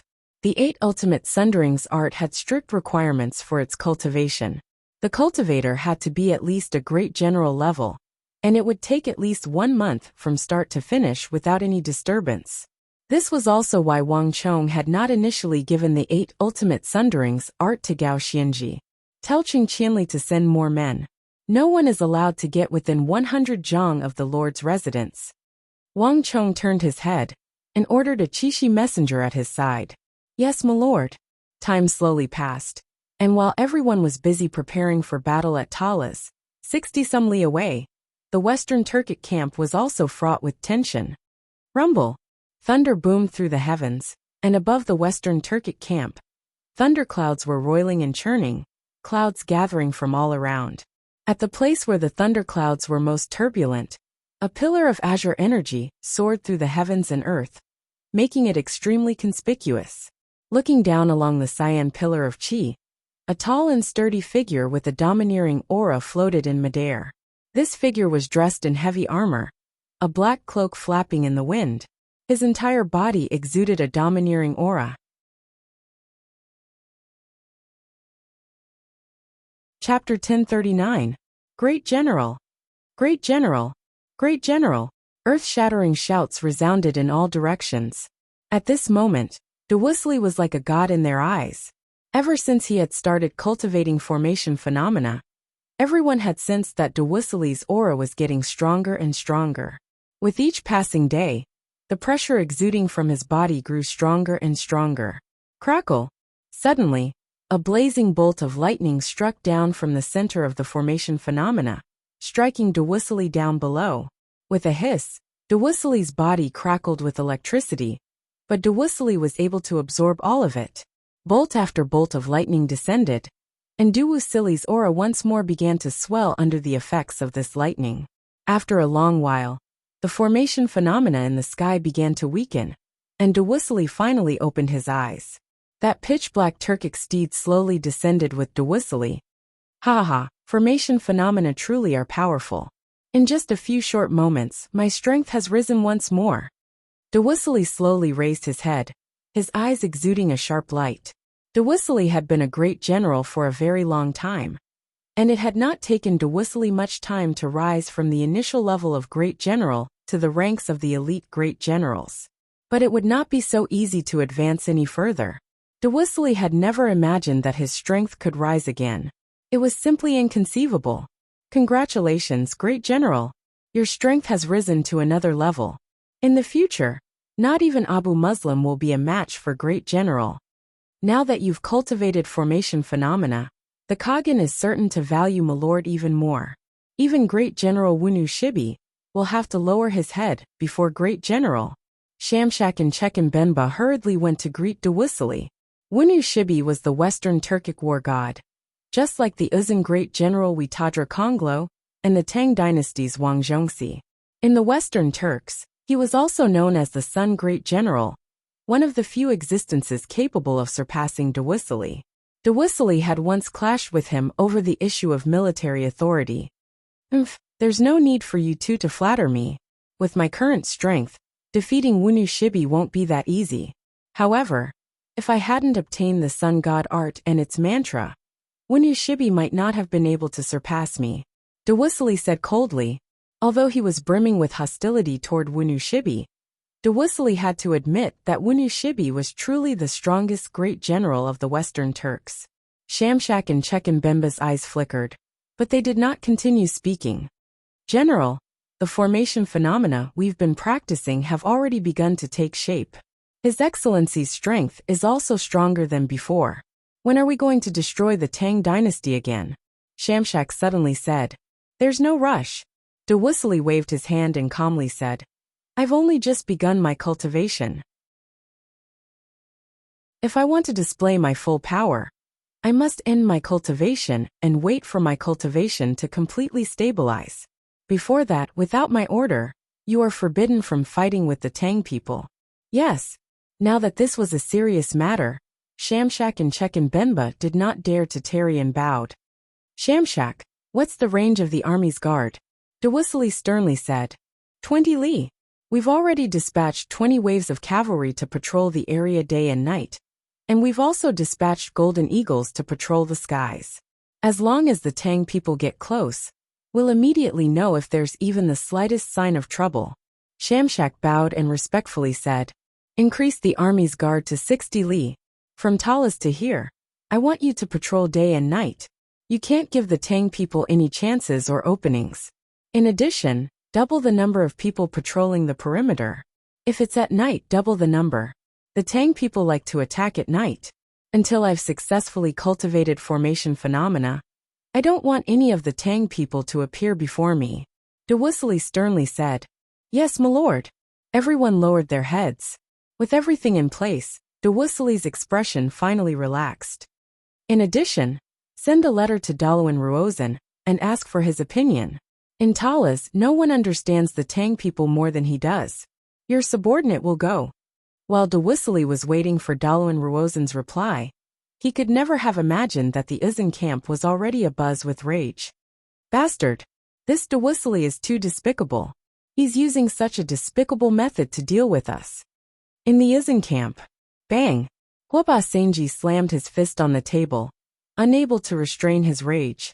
After observing the Western Turks for 6 to 7 days, he had finally managed to obtain the 3 sheets of paper from Dalawan Ruozan.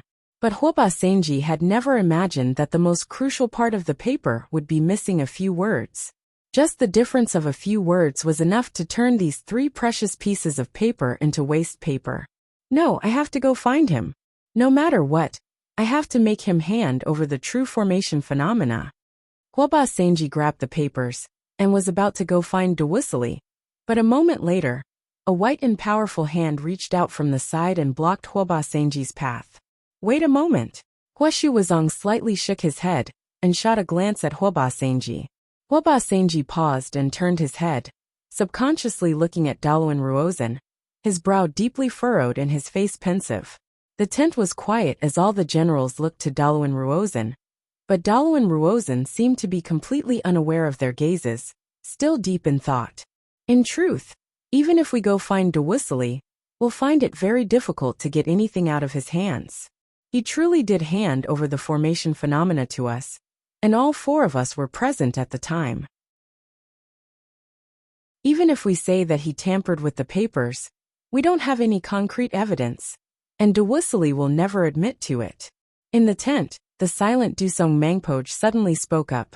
Dawusili's methods truly were displeasing, but the 4 of them were also at fault, and they could not completely blame Dawusili. Huoba Senji's face froze, and he was momentarily speechless.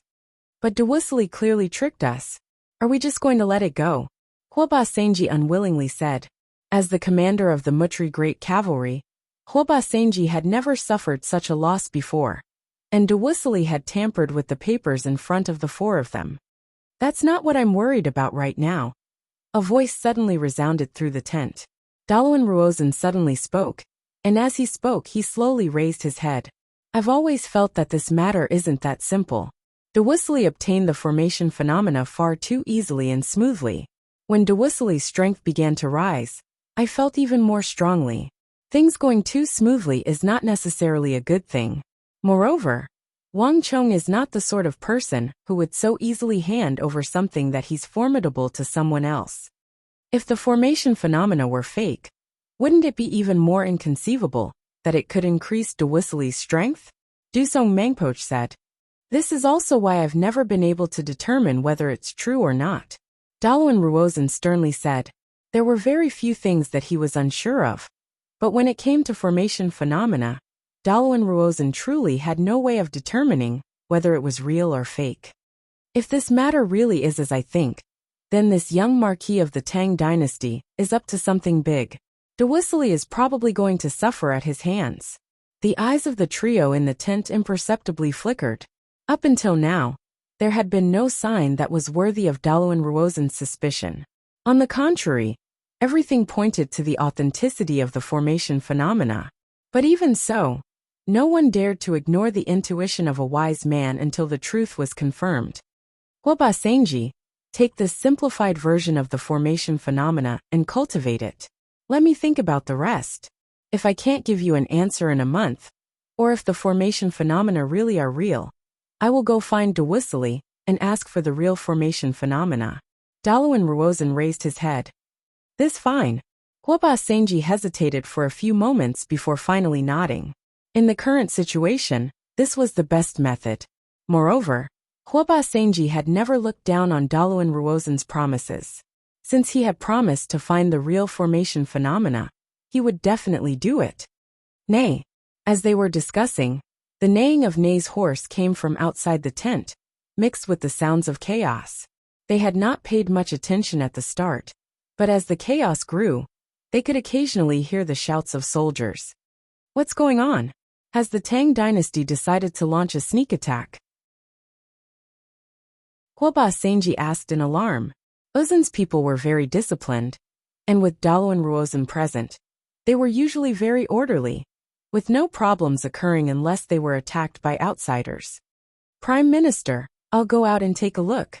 Dusong Mangpoch's brow creased as he rushed out of the tent, vanishing in the blink of an eye. Dusong Mangpoch was the eagle of the plateau, an expert of the great general level. They had originally believed that with his appearance, the chaos would quickly subside, but they had not expected what would happen next. Prime Minister, hurry and come out and take a look. Dusong Mangpoch's voice suddenly came from outside the tent, his voice extremely solemn. Outside the tent, the neighing of the warhorses had not only not weakened, but had grown even louder. Within the tent, Dalwin Ruozen, Huashu Wuzong, and Hwoba Senji glanced at each other in dismay. Dalwin Ruozen quickly stood up from the table. Let's go.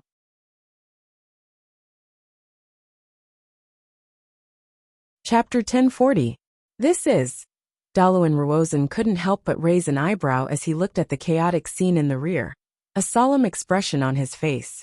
The northern part of the Uzen encampment was filled with howling winds and an incomparably cold white mist.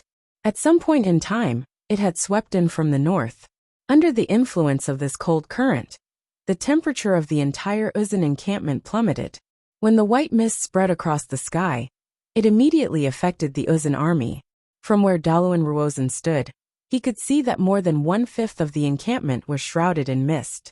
Not a single person could be seen, and this cold mist was still rapidly spreading across the entire encampment. It's so cold. What's going on? I can't see anything, help me. Warhorses are afraid of the cold, I can't control them. No, they've escaped. The entire encampment was in chaos. Many of the stronger soldiers didn't feel much of the cold mist, but some of the weaker Uzen soldiers began to shiver from the cold. Bastards! You pieces of trash, can't you even hold back a warhorse? Hwoba Senji flew into a rage. Before anyone could react, He suddenly pulled a warhorse over, mounted it, and charged into the area where the mist was thickest in the distance. Several Mutri great cavalry soldiers followed closely behind him. Prime Minister, it's not yet time for it to snow. So why is the temperature dropping? Is this normal? Huashu Wuzong suddenly asked. The Uzun people had some understanding of the western regions. Usually the temperature would drop just before it started snowing, but there were still at least 2 months before it started. Daluan Ruozan didn't say anything. His eyes flickered as he vaguely thought of something, but he couldn't quite grasp it. Look, while he was deep in thought, a sudden cry rang out. At first, no one paid much attention, but gradually, the commotion grew louder and louder. Countless soldiers raised their heads, as if noticing something. Prime Minister, look at the sky. Suddenly, a voice came from beside him. Even Huashu Wuzong couldn't help but raise his head and look at the sky. Daluan Ruozan's heart trembled slightly. He couldn't help but raise his head and follow everyone's gaze. When he saw the source of the exclamations, even Daluan Ruozan couldn't help but feel his heart tremble violently. This, black sun corrosion. In the sky, in the depths of the clouds, a dim red sun hung high in the sky, and in the core of the sun, there were clearly a few huge round black spots, as if a few of them had been corroded. Oracle, this was not Daluan Ruozan's voice, but Dusong Mangpoj and Huashu Wuzong's. The two of them stared at the black speck of the sun in the sky in unprecedented shock. How is this possible? The prophecy of the divine temple really came true. Dusong Mangpoj muttered to himself. At this moment, all three of them had the same thought. Black sun corrosion. Three-eyed golden crow. Horse treads on white frost.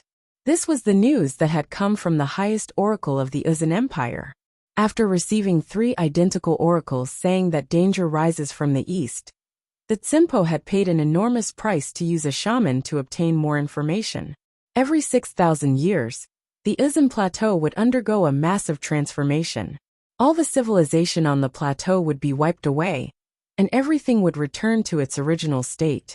Before this calamity, 3 kinds of abnormal phenomena would appear, and the black sun corrosion was the beginning of everything. According to the contents of the oracle, if all 3 phenomena occurred, the Uzun Empire, and the civilization it represented, would be completely obliterated from the face of the world.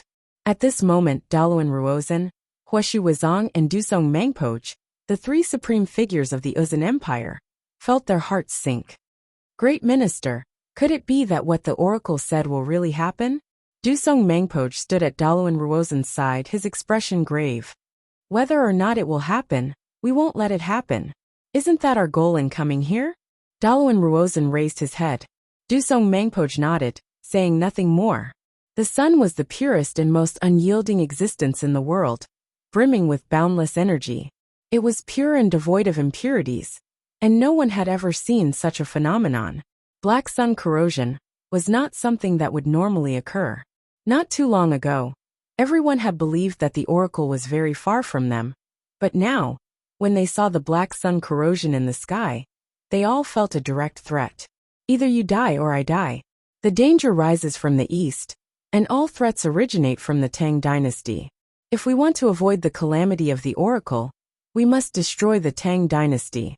No matter what, we must win this battle. Dusong Mangpoj quietly said to himself, his eyes inadvertently glancing at Daluan Ruozan and Huashu Wuzong. Dusong Mangpoj knew that the two of them were thinking the same thing. The signs had already appeared.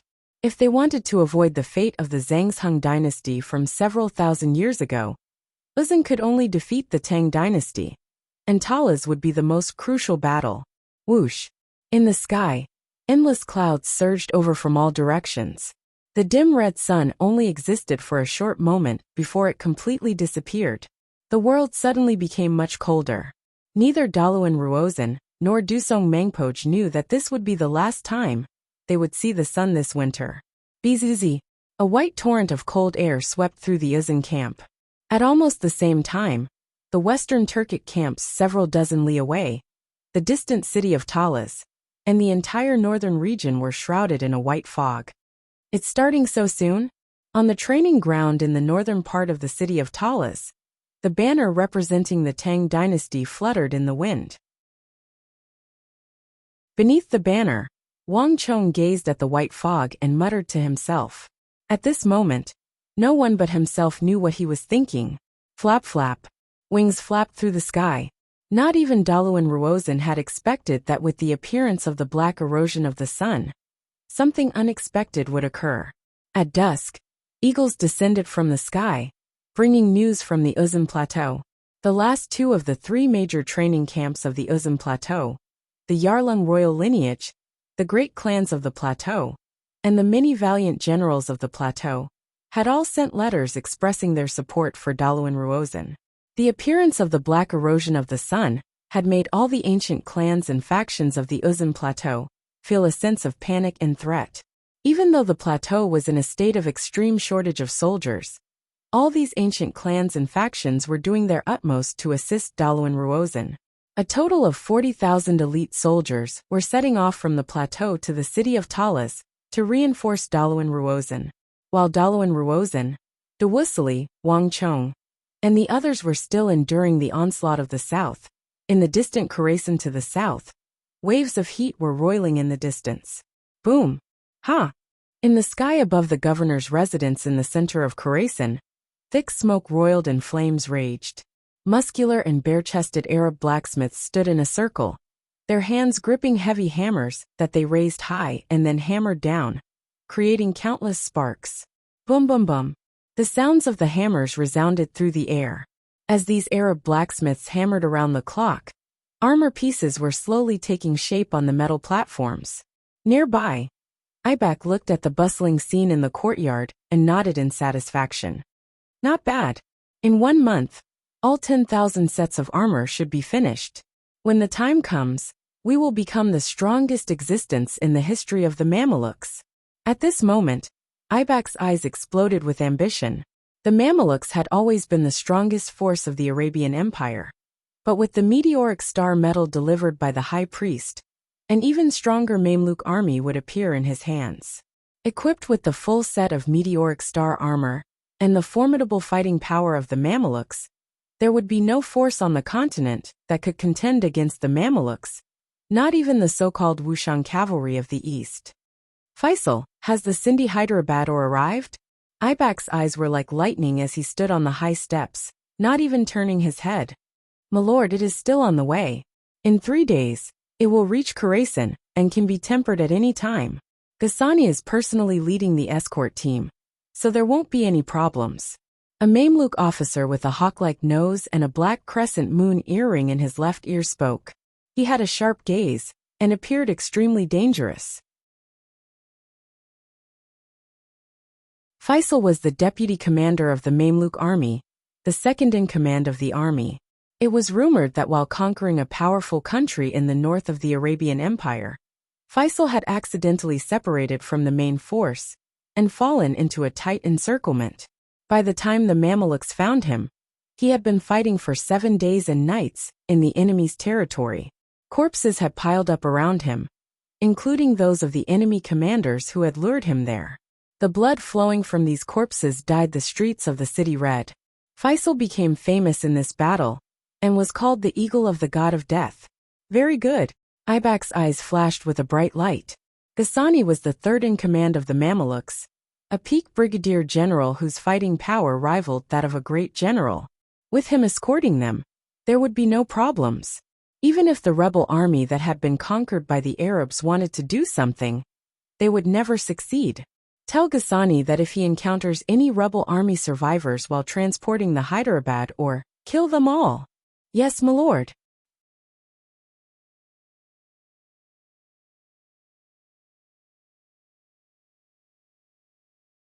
Chapter 1041. Hyderabad, ore was extremely rare and produced at a very low rate. Because of its unique characteristics, it had become a target for the remnants of the dynasties conquered by Arabia to attack and plunder. The Arabs had not yet reached the level of the Tang dynasty's use of Hyderabad ore, but through long experiments, they had gradually developed a method to temper Hyderabad or infuse it with other metals, greatly increasing their sharpness. Although the weapons forged through this method could not reach the level of the Tang dynasty's Wuxia steel swords that could even cut through the skyquaking army's dark green god armor, they had already surpassed almost all the Arabian swords and sabers of the past, reaching an even higher level of sharpness. Even if the weapons forged through this method could not compare to the weapons of the Wuxia steel swords of the Mamelukes, even if they could not compare to the weapons of the Wuxia steel swords, at the very least, Ibak and Faisal were completely convinced. Gallop. After taking care of everything, just when Ibak was preparing to leave, he heard the galloping of hooves. A horseman suddenly charged into the courtyard. Stop! Fierce shouts echoed through the air as Mamelukes surged in from all directions, their sharp auras locking onto the intruder. At the outermost perimeter of the courtyard, some Mamelukes stood in his way. The four sides cooperated, and in a flash, the intruder was caught in a deadlock. Saber lights flashed, and clanging sounds rang out incessantly. It would only take a moment for the intruder to die on the spot. Suddenly, Ibak glanced at the golden robe on the intruder's body, and his face instantly paled. Stop. For a moment time seemed to freeze. All the drawn scimitars were suspended in the air, and the some Mamelukes all stopped. Ibak had already descended from the stairs to meet the intruder, the Caliph's messenger. These knights wearing golden robes embroidered with complex designs were the messengers of the Caliph of the Arabian Empire. Every single one of them was a carefully selected and extremely loyal expert. They would only appear when they were carrying out extremely important missions that the Caliph of the Empire placed great importance on. Ibak. The golden-robed knight called out Ibak's name from atop his horse, his robes flapping in the wind. His face was covered with a silvery white mask that was full of tiny bee-holes. He looked down from above, and his voice was extremely cold. The Caliph has decreed that the Tang people of Talas must be destroyed. Once we succeed, the Mamelukes will work with governors Qutayba, Abu Muslim, and Osman to continue eastward. Once we conquer the entire eastern world, the Mamelukes will obtain the promised land as their eternal fiefdom. Khalifa's messenger was concise and to the point, stating the purpose of his visit in one sentence. Swoosh. In an instant, the atmosphere in the backyard of the city lord's mansion changed. Before Ibak could speak, the second in command of the Mamelukes, Faisal, and the other Mamelukes in the rear paled. The promised land. This was the greatest desire of all the Mamelukes, but it had never been fulfilled. The Mamelukes were known as the strongest warriors of Arabia, the most loyal force, and they had rendered great service. Any other army or commander would have already been given their own fiefdom in the Arabian Empire. But the Mamelukes, for certain reasons from long ago, were restricted by an ancient imperial law, and could not be rewarded. Thus, even though the Mamelukes were as famous as the midday sun and possessed peerless fighting power, they were like duckweed, running from place to place wherever there was war. They would never have a route. If they had a promised land, the Mamelukes would be able to recruit soldiers, station troops, train soldiers, collect taxes, manage businesses. They could even breed descendants, creating a massive Mamluk city. The Mamelukes would be able to break through the limit of 10,000 soldiers and reach an unprecedented golden age. This was the dream of all the Mamelukes. My lord, in the blink of an eye, the eyes of all the Mamelukes became fervent. Even Faisal found it hard to maintain his composure. He immediately stepped forward from the rear, his breathing becoming ragged.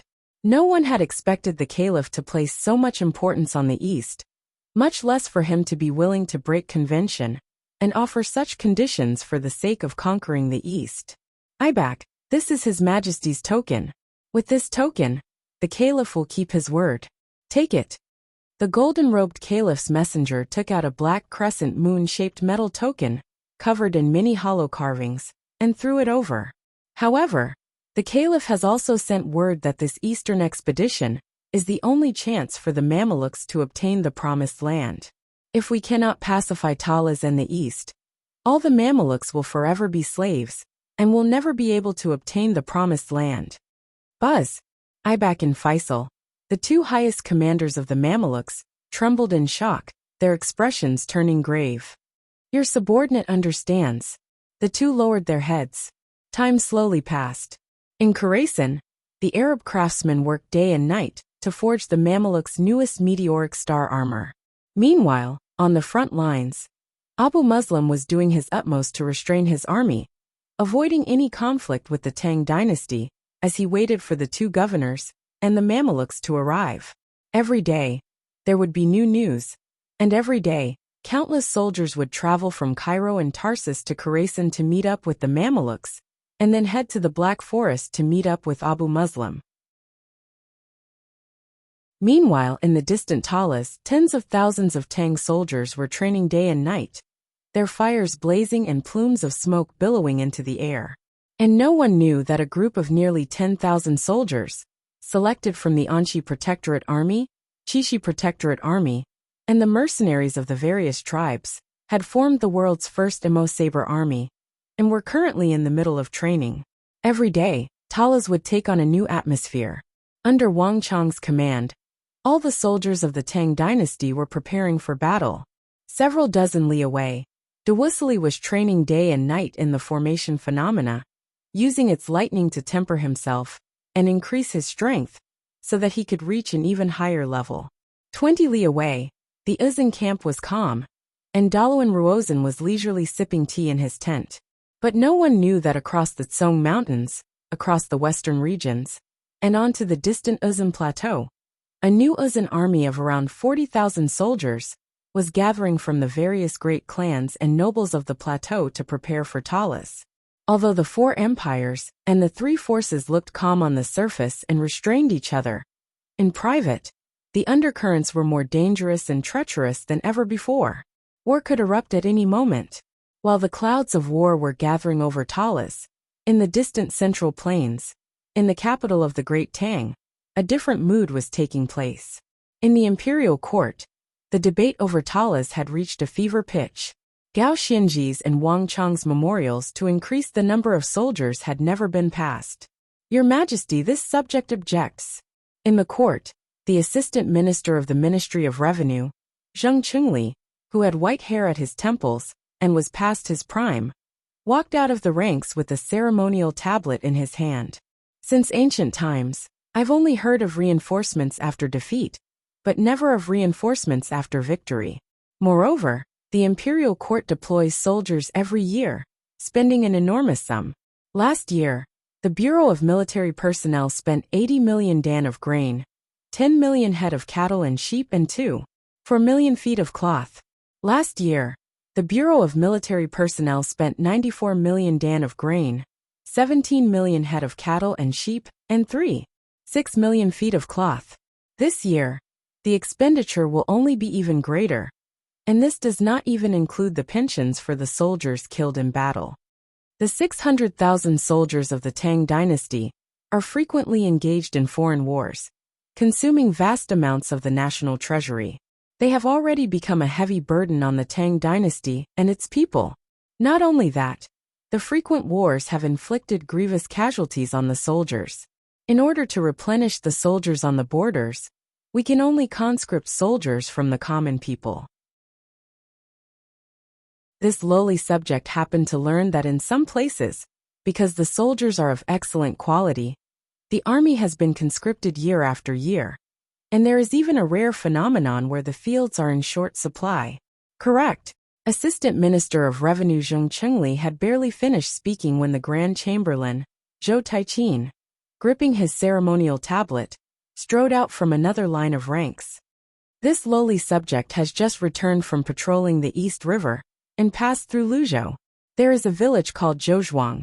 On the way, I saw that besides the old, the weak, the women and the children, there was not a single man in the village. This lowly subject was surprised and went forward to inquire. In the end, I learned that all the men in Zhouzhuang had been conscripted into the army.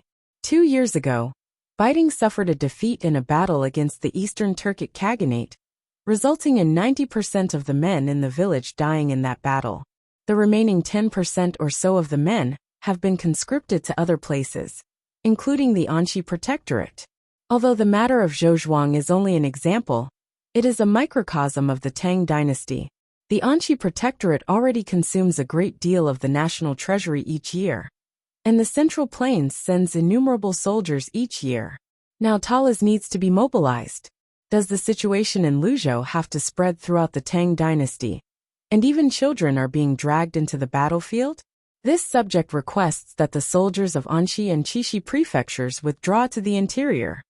Zhou Taiqin's voice was harsh and stern. These words caused the many civil officials in the court to agree.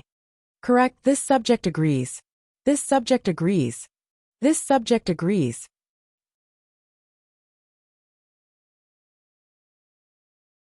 Chapter 1042. In the 6th month of the 23rd year of the Holy Emperor's reign, the Biting Protectorate mobilized against the Eastern Turks and lost more than 79,000 men. In the 3rd month of the 24th year of the Holy Emperor's reign, the Anong Protectorate mobilized against the Shi and the Khitans and lost 35,000 men. In the 7th month of the same year, they attacked the Goguryeo Empire and lost 60,000 men. In the 25th year of the Holy Emperor's reign, at the beginning of spring, the Qixi Protectorate mobilized against the Uzan and lost 24,000 men. In the 9th month of the same year, they were ambushed by Dusong Mangpoch and lost more than 50,000 men. In the 26th year of the Holy Emperor's reign, Annan Protector General Zhangqiu Jinxiong mobilized against the Ngari royal lineage of the Uzan and lost 49,000 men. In the 7th month of the same year, they were ambushed by Dusong Mangpoch and lost more than 50,000 men. In this year's War of the Southwest, more than 143,000 men were killed or wounded. And now, not even a year has passed, yet another war has broken out at Talas. In just a few decades, there has never been a time when there has been no war. Your Majesty, it is time to stop. Talas is not the territory of the Tang dynasty, but a barren land beyond civilization. Fighting on the border is one thing, but do you want your soldiers to die in a foreign land? Moreover, the people of the western regions are all who. In order to maintain the rule of the Tang dynasty in the western regions, countless soldiers, money, and provisions are expended each year. It is a bottomless pit. But the western regions have offered very little to the Tang dynasty. Is it grapes, pomegranates, or the Hu merchants who fill the capital? Your Majesty, this lowly subject should not have spoken, but the war at Talas truly must stop. With these last words, the white-bearded old official beneath the crimson coiling dragon pillar respectfully bowed, his hands gripping his ceremonial tablet. Half of the imperial court was silent, all the civil officials looking at him with respect in their eyes. Grand Scribe Yan Wenjiang participated in the drafting of the imperial court's documents and was responsible for recording historical events and compiling history books. The words and actions of all the nobles and officials, including the imperial princes, were drafted by Yan Wenjiang and recorded into the annals of history.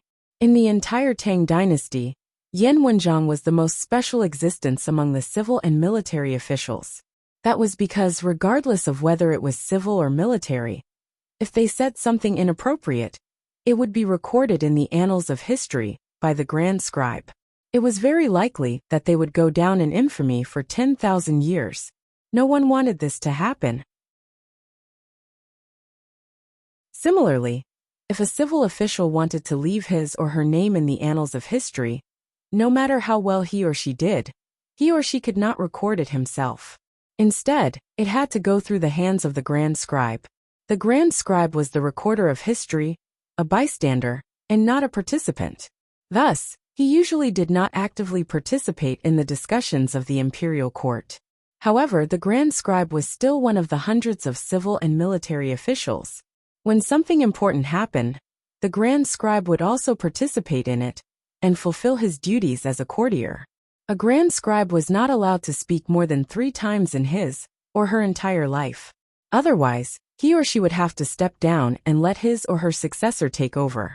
This was also to maintain the fairness and objectivity of the Grand Historian, so that the records in the history books would not be influenced by personal feelings. This was only the second time in Yan Wenjiang's life that he had participated in court politics. The first time was when the late emperor passed away. Throughout the ages, there had been disputes between civil and military officials, but it had rarely been this intense. It was clear that even the Grand Scribe had been alarmed. The Grand Scribe was from the Confucian school, Everyone knew that the Confucian school emphasized the cultivation of one's moral character, governing the country, and bringing peace to the world. In the end, it was all about the word peace. Yan Wenzong was naturally a staunch anti-war. With his support, the words of the civil officials in the imperial court carried a completely different weight. As expected, the moment the grand scribe Yan Wenzhong's voice fell, the entire imperial court fell silent. All the military officials in the imperial court revealed expressions of dread. A civil official's pen can kill without leaving a trace. If they offended the grand scribe, it was very likely that they would be recorded in the annals of history and become a general who harmed the country. This was something that everyone had to consider. Ha ha ha. At this moment, a burst of laughter suddenly broke the silence. In the middle of the ranks, an old general in his 50s suddenly walked out. Teacher Yan, this old man is throwing caution to the wind. If you want to record it, then record it. This old man is not afraid of death. So why would I fear that your pen will go down in infamy for 10,000 years? We military officials can't compare to you writers when it comes to the matters of the previous imperial court. But this old man still clearly remembers the matters of the current imperial court. In the 23rd year of the reign of the Holy Emperor, the Eastern Turks repeatedly plundered the borders and slaughtered the common people, even venturing deep into the Guanyi and Hedong circuits. It was precisely to stop them that the war began. Although more than 79,000 people died in that battle, the Eastern Turkic Khaganate also lost more than 110,000 elite soldiers. More importantly, after that battle, the Eastern Turkic Khaganate grew apprehensive and finally stopped advancing south. The deaths of more than 79,000 people were exchanged for 20-some years of peace in the Guanyi and Hedong circuits, saving more than 79,000 people? This old man remembers that battle very clearly because this old man was there. Beacon General Jiang Yunrang sternly said. Although he did not have a high position, Jiang Yunrang was a veteran of the army who had participated in many battles. At a time like this, when everyone feared Grand Scribe Yan Wenzhong, only a veteran like Jiang Yunrang would throw caution to the wind. Why did our soldiers on the front lines fight bloody battles and risk their lives? Was it so that you could censure them in the rear and condemn them? In the 23rd year of the reign of the Holy Emperor, if not for that war, do you think that the number of casualties would have been so few? In the 3rd month of the 24th year of the reign of the Holy Emperor, the Anong Protectorate mobilized soldiers against the Shi and the Khitans, suffering 35,000 casualties. But do you know how many people the Tang dynasty would have lost if not for that war? The Shi and the Khitans are warlike and fond of plundering, and they lack respect for the Tang dynasty.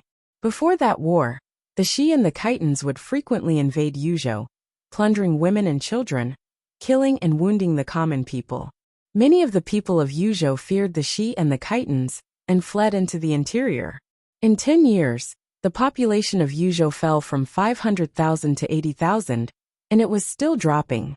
If not for that war, Yuzhou would have long since become the territory of the Hu, not to mention the ambitious Shi and the Khitans who secretly colluded with Goguryeo. 24 years ago, they launched 3 raids into the interior, causing hundreds of thousands of casualties in Yuzhou. But in the 3rd month, the war with the Shi and the Khitans, and in the 7th month, the war with the Goguryeo Empire completely changed the balance of power in the northeast, breaking the alliance between the Shi, the Khitans and Goguryeo, dispersing the attacks of all 3, allowing the Tang dynasty to firmly grasp the situation in the northeast. In addition, the common people were able to live and work in peace.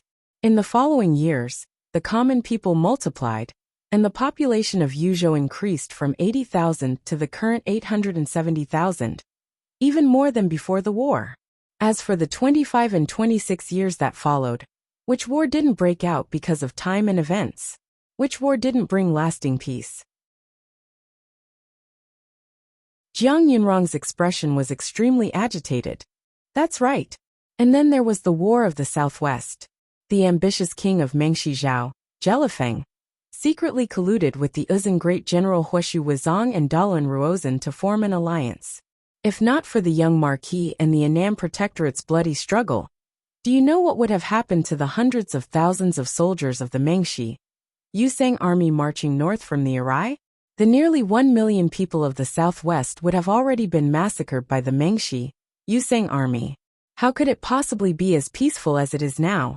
Talas is in dire straits. The young Marquis and Lord Gao Xianji did not retreat after their victory, because they pursued the policy of resisting the enemy on the outside. They did not wish for the people of the Tang dynasty in the western regions to be threatened by the Arabs, Uzan and Western Turks. To benefit the country one lives and dies. How can one avoid it because of misfortune or fortune? This is a couplet that the young Marquis has hung in his study. Who in the capital doesn't know of it? Could such a loyal subject and good general be one of those warlike warriors who disregard the lives of the common people that all of you speak of? Speed is of the essence in war. There are still tens of thousands of Tang dynasty soldiers waiting for reinforcements at Talas. This lowly subject requests that we immediately send reinforcements. The other generals couldn't help but get excited at Jiang Yunrong's words. Assistant Minister of War Chao Qianzong also stepped forward, his ceremonial tablet in hand. So what if the Grand Scribe recorded his name in the annals of history and infamy for 10,000 years? If some words were not said today, they would never have a chance to be said in the future. This lowly subject agrees. This lowly subject agrees. This lowly subject agrees. The generals in the court couldn't help but feel their blood boil at the words of Jiang Yunrang and Chao Qianzong. The civil officials did not love wealth, and the generals did not fear death. Which one of the generals standing here did not love their country with every fiber of their being? The Battle of Talas seemed like a dispute over a corner, but in reality, it concerned the safety of the entire Northwest and the Tang dynasty. At a time like this, no one could truly remain uninvolved. All the military officials stepped forward, not to mention the Grand Scribe Yan Wenzhong. Even the civil officials were stunned. From the time of the Holy Emperor's ascension to the present, and even back to Taizong's era, as long as the disputes of the imperial court involved civil and military officials, the vast majority of them would end with the generals backing down. But no one had expected that the generals would be so resolute this time. Even with the Grand Scribe present, even though they knew that they would be labeled as warmongers and go down in the annals of history, or even be criticized by future generations, they still didn't back down. Your Majesty, this subject has something to say. At this moment, a mellow voice resounded through the hall. Upon hearing this voice, all the civil and military officials, including the Grand Scribe Yan Wenzhong, instantly fell silent. They all turned to look at the figure, as if that person possessed some sort of invisible magic. The Minister of War, Zhangqiu Jinqiong, was also the previous Annan Protector General. In the entire military, Zhangqiu Jinqiong was one of the highest existences, and his words carried far more weight than anyone else's. In the 26th year of the Holy Emperor's reign, this lowly subject was still the Annan Protector General. It was this lowly subject's idea to attack the Uzan in the southwest. So this lowly subject has the right to speak on this matter. Zhangqiu Jinqiong, dressed in a violet court robe, walked out of the ranks. His head was lowered, his hand gripping his ceremonial tablet, and his expression was extremely solemn. Before this battle, this lowly subject's scouts reported that Daluan Ruozan and Huashu Wuzong had gathered a large number of soldiers on the plateau of the Ngari royal lineage, preparing to attack the Tang dynasty. Ever since the reign of the previous emperor, the Uzan has constantly invaded the border. In the 16th year of the late emperor, war broke out in the southwest, killing 137,000 civilians. In the 21st year of Yuanwu, 210,000 civilians were caught up in the war, suffering grievous casualties. In the 29th year, 35th year, all the way until the first few years of this lowly subject's command, all wars were like this.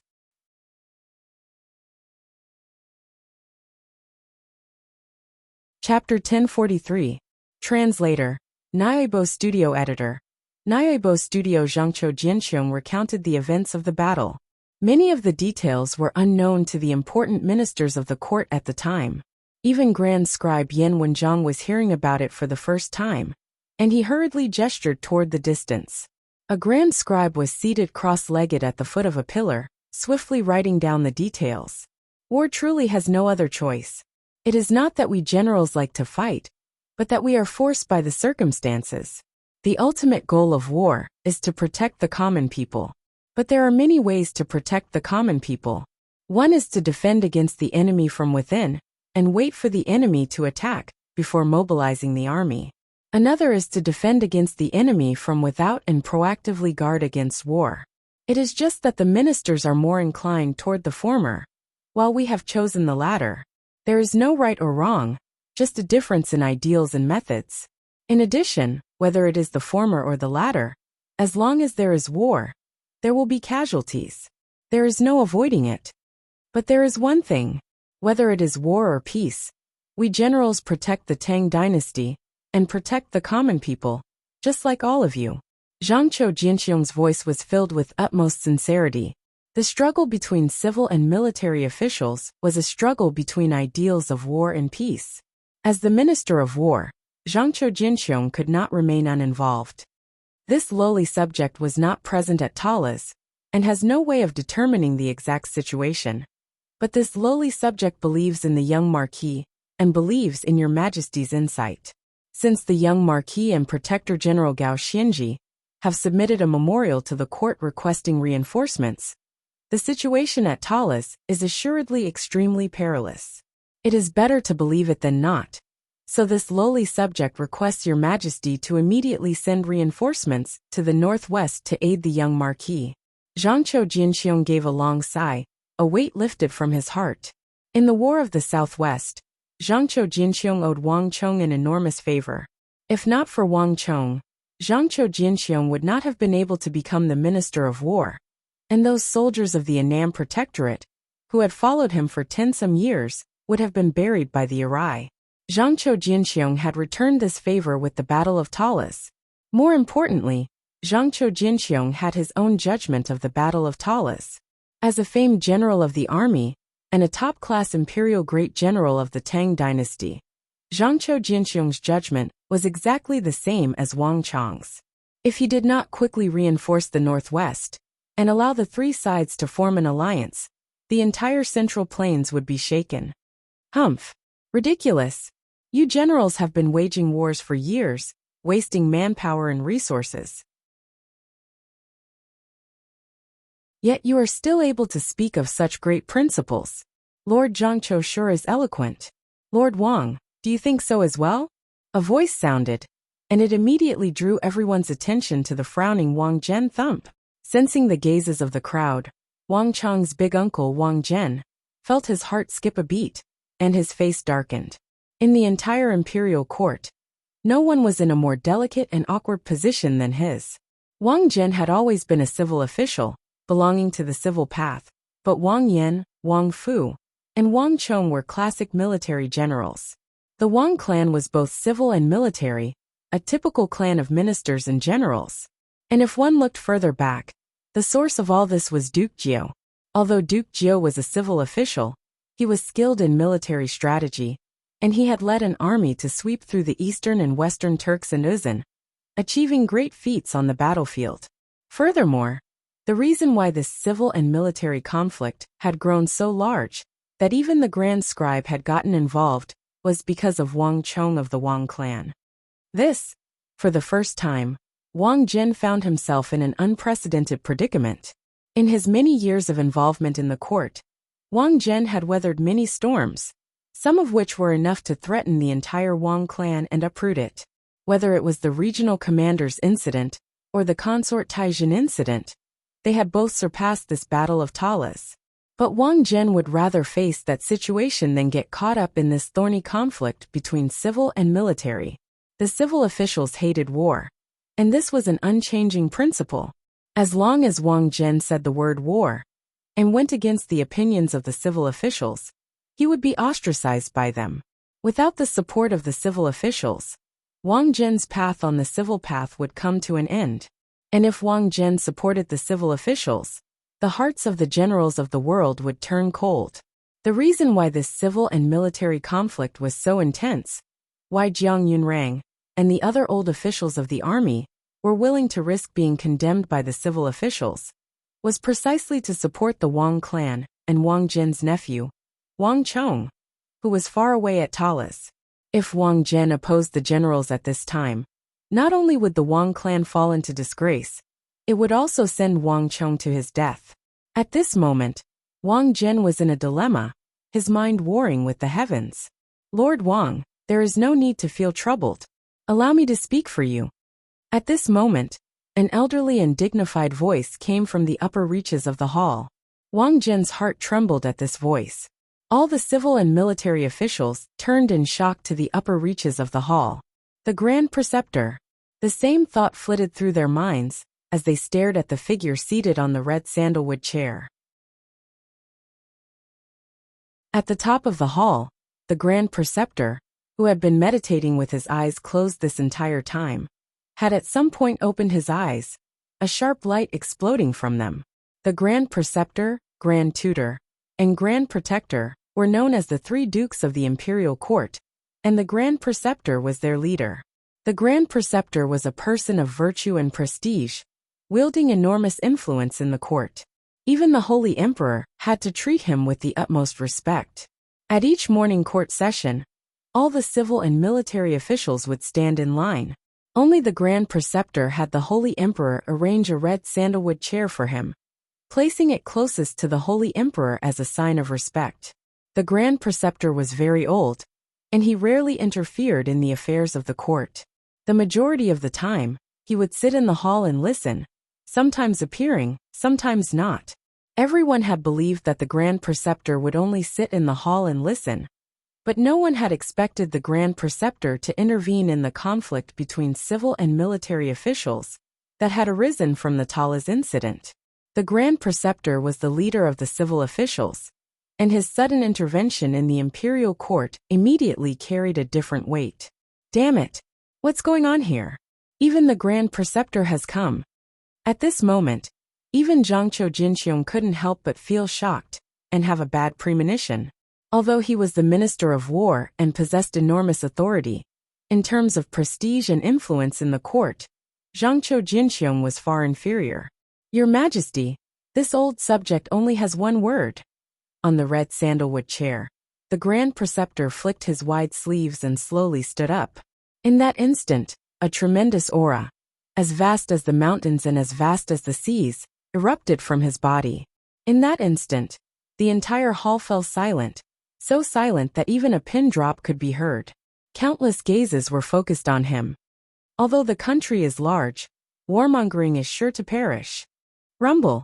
The Grand Preceptor's gaze swept over all the civil and military officials, his dignified voice echoing through the hall.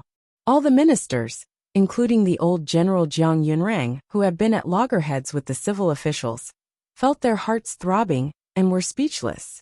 The hall was quiet, the atmosphere oppressive to death.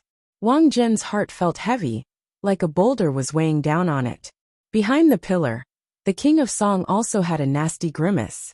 From the moment the Grand Preceptor opened his eyes to the moment he stood up, he had only said a few words, but the weight of these words was far greater than the words of all the civil officials in the imperial court put together. The weight of these words was not something that any general could bear. Grand Preceptor. The King of Song's body trembled as he stared up at the Grand Preceptor, his heart freezing. The Grand Preceptor was a person of virtue and prestige, his status extremely high, and his influence profound. He did not lightly participate in the imperial court, much less speak. But once he opened his mouth, his words were equivalent to the Golden Rule and Jade Rule. Even though the King of Song was an imperial prince, he could not compare to the Grand Preceptor. The King of Song had never expected that this conflict between civil and military officials would draw out the leader of the civil path. This conflict in the imperial court had suddenly become extremely disadvantageous to all the generals. More importantly, Wang Chong and Gao Xianji's request for reinforcements at Talas had taken a massive turn, placing them in an extremely passive and disadvantageous position. The King of Song, do you have something to say? Just when King Song's heart sank, and he felt that something was wrong, the Grand Master suddenly turned his gaze to King Song. What are you talking about? King Song asked. His expression was cold, his eyes icy. The King of Song was a staunch supporter of war. This was a fact known to all in the court, so how could the Grand Preceptor not know? It was obvious that the Grand Preceptor, as the leader of the three dukes, was dissatisfied with the imperial court's successive years of war, and he was using this Tala's incident to explode his discontent. Grand Preceptor. The King of Song hesitated, but before he could finish speaking, he was interrupted. Your Highness the King of Song, you don't intend to repeat the events of King Wu of Han in this dynasty, do you? The Grand Preceptor indifferently said with a wave of his sleeve. The King of Song's heart trembled, and he immediately swallowed back the words that had been on the verge of leaving his mouth. The events of King Wu of Han referred to a wise ruler from 1,000 years ago, Great Emperor Wu of Han, who had expanded the borders of the empire and accomplished great feats in both civil and martial arts. But in his later years, the years of war had left the people destitute, and the lands of the Central Plains were left uncultivated. When the Grand Preceptor mentioned the events of King Wu of Han, he was clearly referring to the Holy Emperor. The Holy Emperor had been wise for his entire life, and he had forged a golden age for the Tang dynasty, giving the Tang dynasty an unprecedented golden age. If the events of King Wu of Han were to repeat themselves in this dynasty, the Holy Emperor's wisdom would be destroyed in a single day. Not even the King of Song could bear the consequences. Your Holiness, Talas is still a land beyond the borders of civilization. Victory is not enough to celebrate, but defeat could cause all our previous efforts to be for naught. This old subject believes that Lord Gao and the young Marquis can withdraw their soldiers.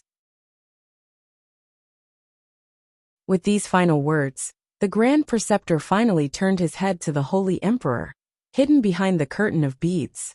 The hall was quiet for a long time. Finally, the Holy Emperor spoke from behind the curtain. These simple words were suffused with boundless majesty, causing the entire hall to tremble. We understand.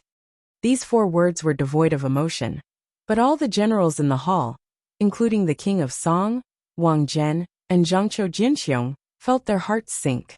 The sage emperor had always left the matters of the imperial court to the officials. He rarely interfered, much less expressed his opinion.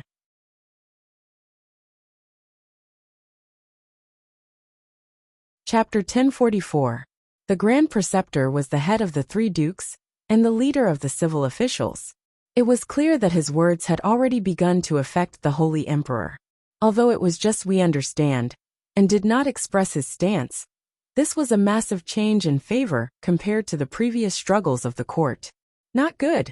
The generals in the hall felt their hearts sink. With the weight of the Grand Preceptor, the Holy Emperor was clearly beginning to lean toward the civil officials. The situation at Talas was urgent, and several urgent letters requesting reinforcements had already arrived. If they could not pass the resolution and send troops to Talas, Wang Chong and Gao Xianji were almost certain to lose. These were 2 imperial protector generals. Up in the hall, the sage emperor was just about to make his decision when a light breeze blew in. At the same time, a voice could be heard in the ears of everyone present.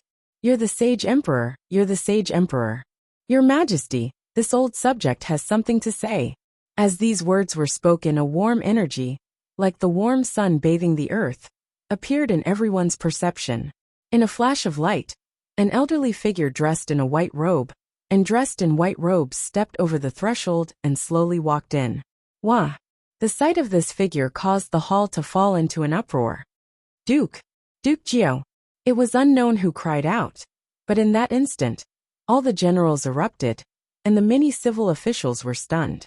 Even in the Great Hall, Grandmaster, who was just about to turn around and sit down, his entire body shook, his heart abruptly sinking.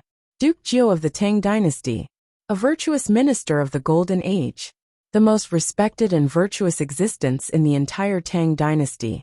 Even though he had abdicated decades ago and lived in seclusion in the Four Quarters Embassy, he still possessed enormous influence and prestige in society.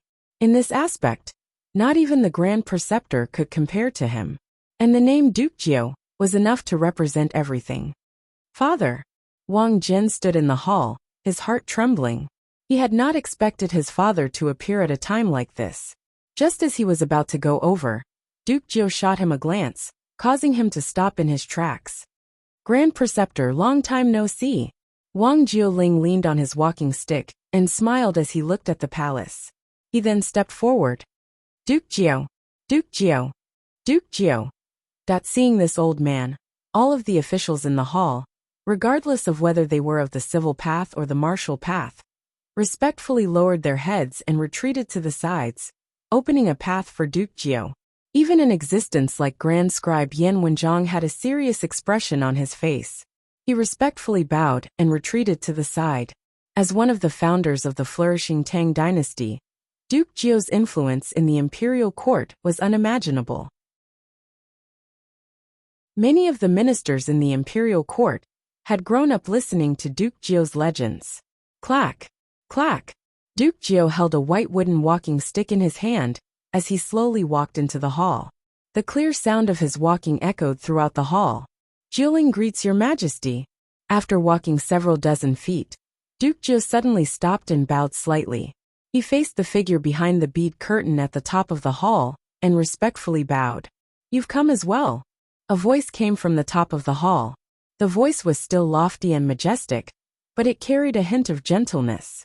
The Holy Emperor and Duke Jiu, one monarch and one minister. The monarch benevolent and the minister respectful, brought out the best in each other.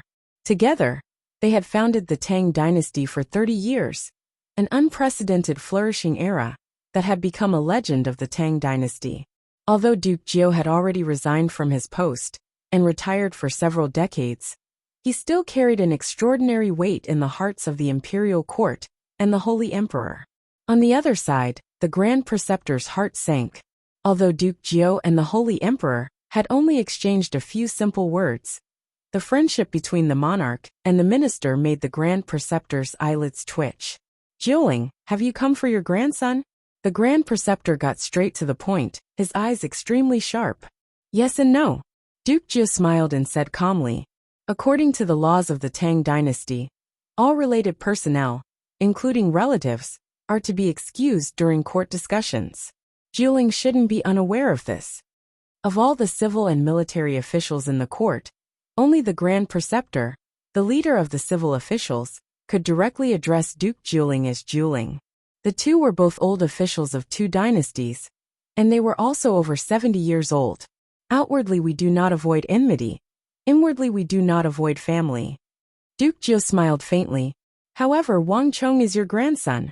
The Grand Preceptor's eyes were sharp as he stared at Duke Jiu. Haha, Zhongmi is still the same as before. She hasn't changed at all. Duke Jiu smiled faintly, dispelling the Grand Preceptor's attack like a spring breeze. The Grand Preceptor was a person of virtue and prestige. Even old and important officials like Jiang Yunrang and Yan Wenjiang, and even imperial princes like the King of Song and King Qi, had to be respectful to the Grand Preceptor. There was probably no one other than Duke Jiu who could call the Grand Preceptor in front of all the civil and military officials of the court. Although the matter of talas arose because of my mischievous grandson, it involved the very foundation of war and peace in the imperial court. Thus, even though Wang Chong is my grandson, he does not need to avoid it. Duke Jiu stretched out his cane and continued forward. In the royal court, everyone's gaze was focused on Duke Jiu. Duke Jiu walked very slowly but steadily.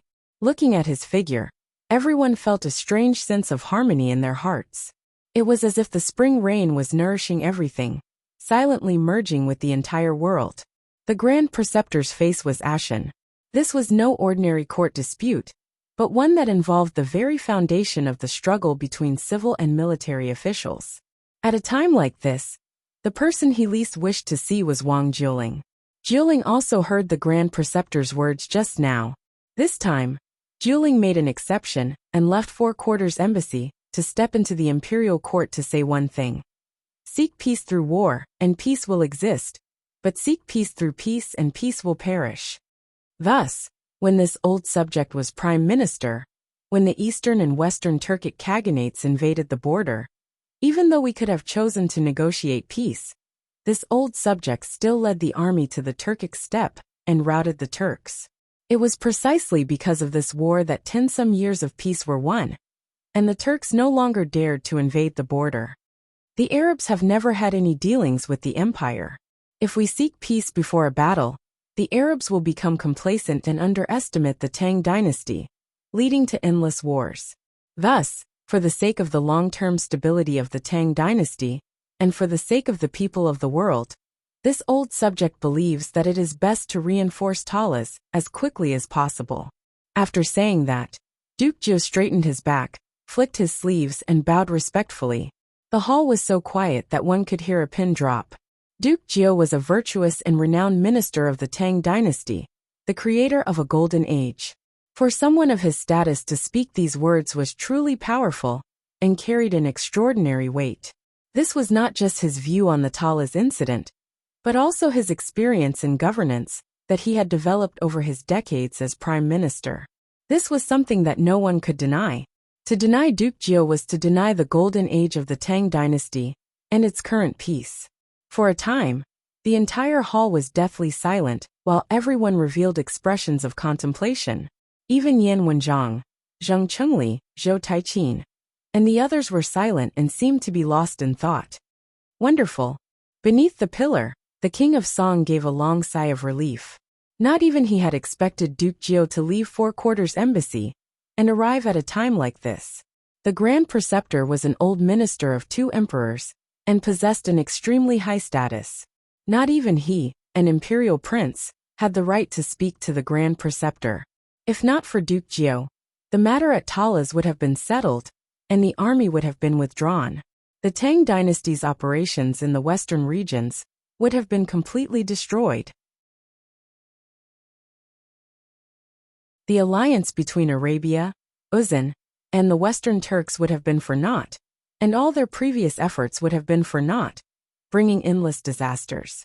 Damn old thing, you ruined my plans. At this moment, no one was more furious than King Qi. He gnashed his teeth, his expression incomparably resentful. He had originally believed that by borrowing the strength of the civil officials, he could completely suppress the king of Song and the Wang clan. He had not expected that a single Duke Jio would immediately cause his plans to fail. The Grand Preceptor Zhang Zhongmi had a nasty grimace on his face. Jioling, don't forget that you are a civil official. Zhang Zhongmi could not help but warn. In the most serious conflict between civil and military in the history of the Tang dynasty, the final twist had come not from the martial path, but from the civil path. Zhang Zhongmi had never imagined that this would happen. Haha, after so many years, Zhongmi was like this when I was with teacher. Why do you still not understand? Why do you still cling rigidly to the difference between civil and military? In Jioling's heart, there is no distinction between civil and military, only the family and the country. Everything is for the sake of the Tang dynasty, the country and the people. In Talas, only by seeking war can peace be achieved, and if peace is sought, only war will ensue. This is also why Jioling supports the Northwest. Duke Jio's voice was powerful and resonant, his expression slowly turning solemn. When one raises one's affairs, one does not avoid one's enemies. And when one raises one's affairs, one does not avoid one's relatives. In one's heart, there was no distinction between civil and military, and everything was for the sake of one's country. This was Duke Jio. This was easy to say, but how many people could actually do it? Buzz. Duke Jio's words caused the entire imperial court to buzz. The officials glanced at each other and began to chatter. They only knew that Duke Jio and the Grand Preceptor both belonged to the civil path. But from Duke Jio's words, it seemed like the two had once been classmates. This relationship left them all flabbergasted. Your Majesty, this old subject objects. Although the country is vast, warmongering is sure to perish. The Tang dynasty has spent an enormous amount of the nation's funds on successive wars. It is inadvisable to start another border war with Arabia. The Grand Preceptor sternly said, Your Majesty, this subject agrees with the Grand Preceptor. At this moment, a resounding voice rang out. Next to the coiling dragon pillar, King Qi's face chilled as he stepped forward and loudly agreed. Duke Jio's words carried far too much weight in the imperial court. King Qi was worried that if he did not speak now, he would not have another chance. This subject agrees. This subject agrees. This subject agrees.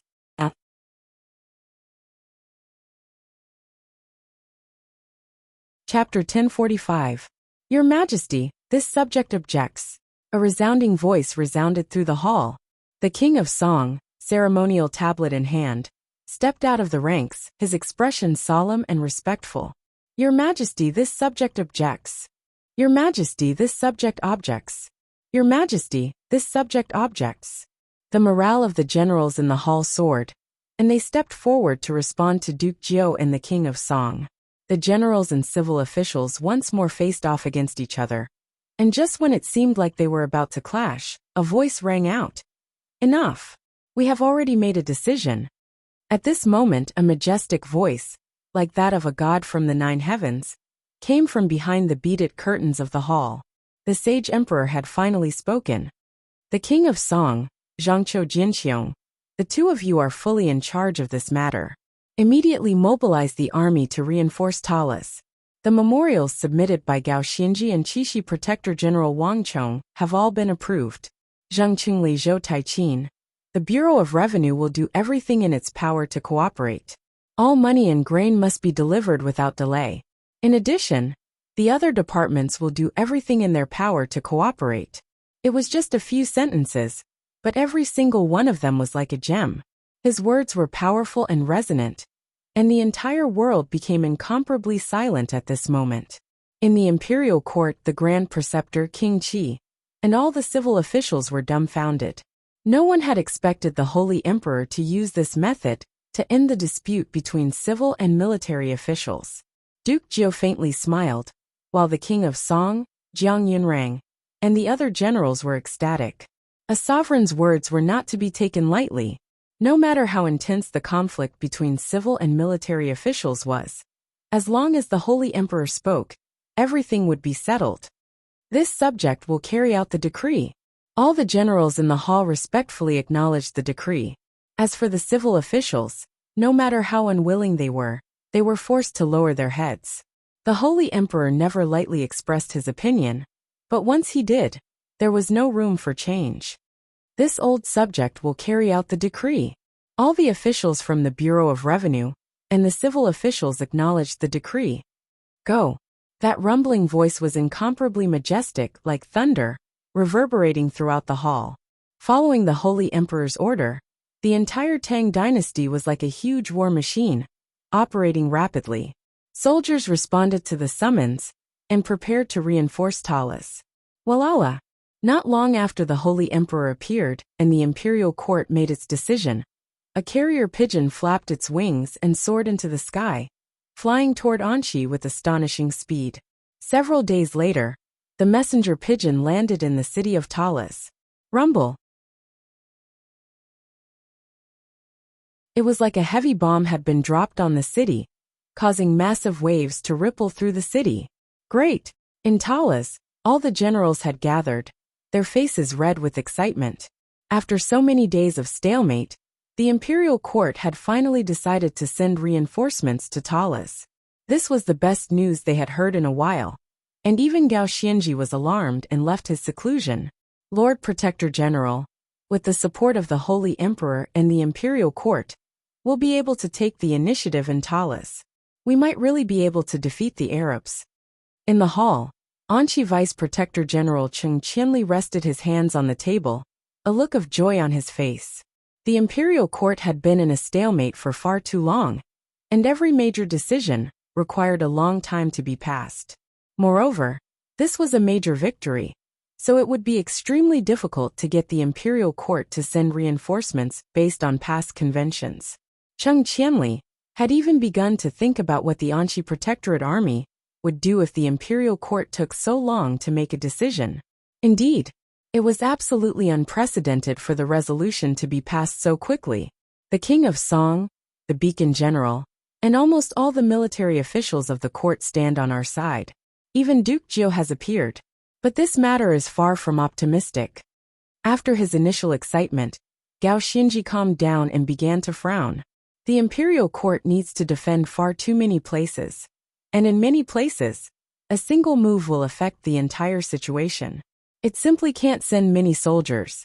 I'm worried that even with the decree of the Holy Emperor, the imperial court won't be able to send many soldiers. Haha, Lord Protector General worries too much. I've already taken care of everything. We can transfer at least 20,000 soldiers from the capital. Together with the soldiers from the protectorates and a portion of the Xiang army, we can get 50 to 60,000 elites from the imperial court. Soldiers are valued for quality over quantity. Although we still can't compare to the Arabs, we can still put up a fight. Oh, the eyes of the generals brightened in surprise. Transferring soldiers from the protectorates along the border was not unexpected. In truth, this was something that Wang Chong and Gao Xianji had already agreed on. But for him to be able to mobilize nearly 20,000 soldiers from the capital was truly astonishing. Wang Chong, you want to transfer the imperial army? Gao Xianji suddenly thought of something and probed. Wang Chong grunted and gave a firm nod. Boom! This seemingly ordinary action instantly set off massive waves in the eyes of the generals. Even Gao Xianji and Cheng Qianli were stunned by Wang Chong's daring idea. The two of them looked at each other, shocked, speechless. Transferring the imperial army? Such a thing had never happened in all of history. The imperial army was responsible for guarding the capital and protecting the emperor. It would never lightly leave. In the 200-some years since the founding of the Tang dynasty, the imperial army had already been transferred without moving its soldiers from the border. This was unprecedented. Although Gao Xianji and Cheng Qianli were supreme figures of the empire, they didn't even dare to think about such a thing. Wang Chong, are you sure? Will the imperial court agree? Lord Protector General, there is no precedent for this, but it is not impossible. The imperial court has 100,000 soldiers in the imperial army, and all the borders are garrisoned. The imperial court poses no threat. If you want to transfer elite soldiers, the imperial army is the best choice. Don't forget that Arabia has even dispatched the Mamelukes, the Behemoth army, and the Skyquaking army. With all three Arab governors gathered in the future, ordinary soldiers won't be able to stop them. Wang Chong sternly said. But transferring the imperial army is no small matter. If we do this, we'll definitely be criticized by the officials. Moreover, neither the king of Song nor Zhangqiu Jinqiong have the authority to transfer the imperial army. Gao Xianji said. It wasn't that he didn't agree with Wang Chong, but that Wang Chong's idea was too crazy and daring. Haha, General doesn't even fear death. So why would you fear a scholar's brush? Wang Chong grinned. The Holy Emperor rarely interferes in the political affairs of the imperial court. The fact that the Holy Emperor has personally spoken is an enormous convenience. As long as you and I submit a joint petition, I am confident that His Majesty will agree. Wang Chong's words were light, but the contents of his proposal made Gao Xianji, Cheng Qianli, and all the other generals in the hall palpitate. Gao Xianji and Cheng Qianli looked at each other, speechless for a long time. Only Wang Chong remained calm and composed, his face unperturbed. The current structure of the Tang dynasty had nothing to do with the generals. The true leader was the distant Holy Emperor. The civil officials of the court accused the generals of being warlike, but the true warlike one was the Holy Emperor. It was precisely because of his support that the current structure and territory of the Tang dynasty had come into being. Gao Xianji and Cheng Qianli were still somewhat hesitant, but Wang Chong knew that as long as Talas spoke, the Holy Emperor would definitely agree. My lord, we only have one chance. If we don't do our best to mobilize soldiers now, once Talas is lost, it will be useless to mobilize the imperial army. Wang Chong observed Gao Xianji's expression and added the final piece of his bargaining chip. This fine. Upon hearing Wang Chong's final words, Gao Xianji's eyes flickered. He clenched his teeth and finally made up his mind. Qianli, I'll leave this matter to you and Protector General Wang.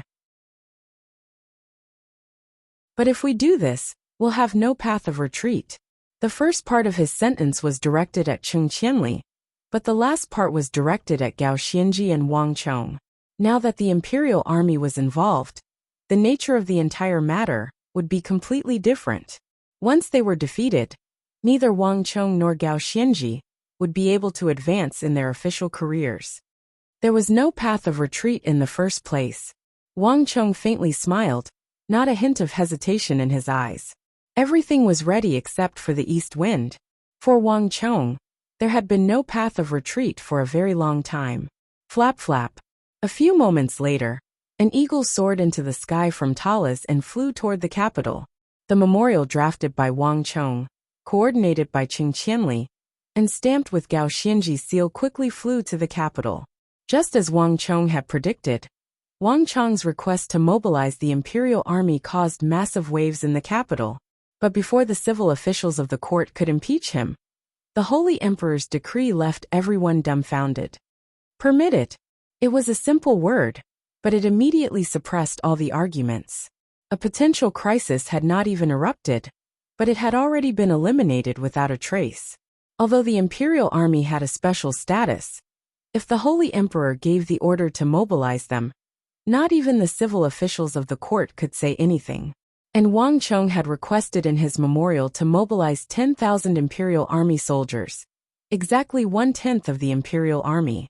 This was not a small number, but it was also not too much.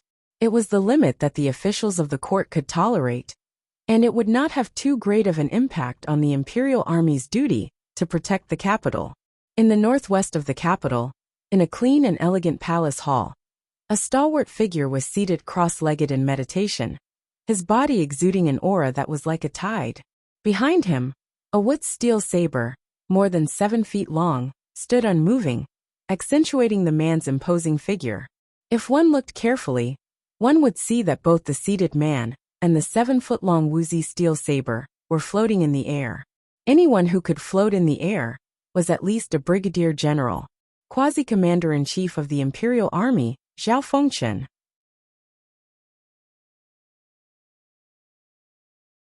Chapter 1046. Rumble. Zhao Fengchen's body rumbled as vast amounts of stellar energy madly surged through it, moving faster and faster. Zhao Fengchen's aura was also getting stronger and stronger. When the stellar energy reached its maximum speed, there was a heaven-shaking boom. In a flash, a vast amount of green energy surged out of Zhao Fengchen's head. Looking from afar, the cyan essence qi pierced through the roof of the palace, majestically connecting the entire world. That essence qi gave people a feeling of steel and iron, extremely heavy. Even the entire ground in the northwest corner of the palace was slightly trembling. After some time, that vast amount of energy slowly dissipated, and everything returned to normal. At the same time within the hall, Zhao Fengchen slowly opened his eyes. Alas, I was still lacking a little bit. A bright light flashed through Zhao Fengchen's eyes as he slowly retracted his energy and descended to the ground. Clang! Zhao Fengchen extended his palm, and the Wuxia steel saber on his back immediately buzzed, as if it had a life of its own, and returned to Zhao Fengchen's palm. Feeling the heavy weight of the saber in his hand, as well as the movement of the saber along with his breathing, a prideful smile appeared on Zhao Fengchen's face. Earth Scar. This was the name of the Wuxia steel saber that Wang Chong had forged for him. The Zhao clan had an extremely powerful and ancient technique that had been passed down from generation to generation. Other than members of the Zhao clan, no one else was able to cultivate it. But even so, cultivating this ancient technique of the Zhao clan was filled with difficulties. In the Zhao clan, only those with a special bloodline had the right to cultivate it. And Zhao Fengchen was the only person in the last 100 years who had this right. But because this technique was so tyrannical, almost no saber or sword in the capital met Zhao Fengchen's requirements. The treasured sabers and swords of the great clans were unable to endure the tyrannical stellar energy, and shattered before Zhao Fengchen could even cultivate half of the technique. He had only heard of the treasured sabers and swords of the capital being shattered, but he had never heard of them being shattered. One could easily imagine how tyrannical the technique that Zhao Fengchen cultivated was. This was the reason why Zhao Fengchen had been purchasing a large number of sabers and swords in the capital. Yet the results left Zhao Fengchen disappointed again and again, until he met Wang Chong and this Earth Scar. It was due to this saber that Zhao Fengchen was able to break through his bottleneck and bring out his incredible talent in martial arts. In just a short year, he had advanced by leaps and bounds, reaching his current astounding level and becoming a Grand Marshal of the Imperial Army. Zhao Fengchen's gratitude toward Wang Chong was unimaginable. I'm afraid it'll take a long time before I can break through to the rank of general, Zhao Fengchen thought.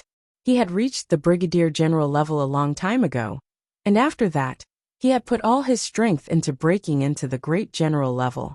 Alas, he had failed again and again.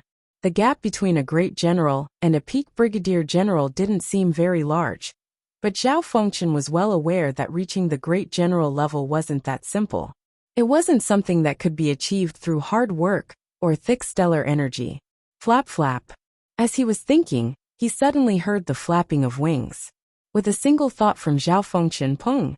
Without any movement, the door to the hall immediately opened, and a black eagle flew in. It's a letter from the Grand Marshal. Zhao Fengchen glanced at the eagle, a thought flitting through his mind as he opened the letter on its leg. Zhao Fengchen glanced at it, and after a moment of surprise, he gave a knowing smile. Wang Chong, it seems like we'll be meeting very soon. Zhao Fengchen faintly smiled as he walked out of the hall. Pass on my order.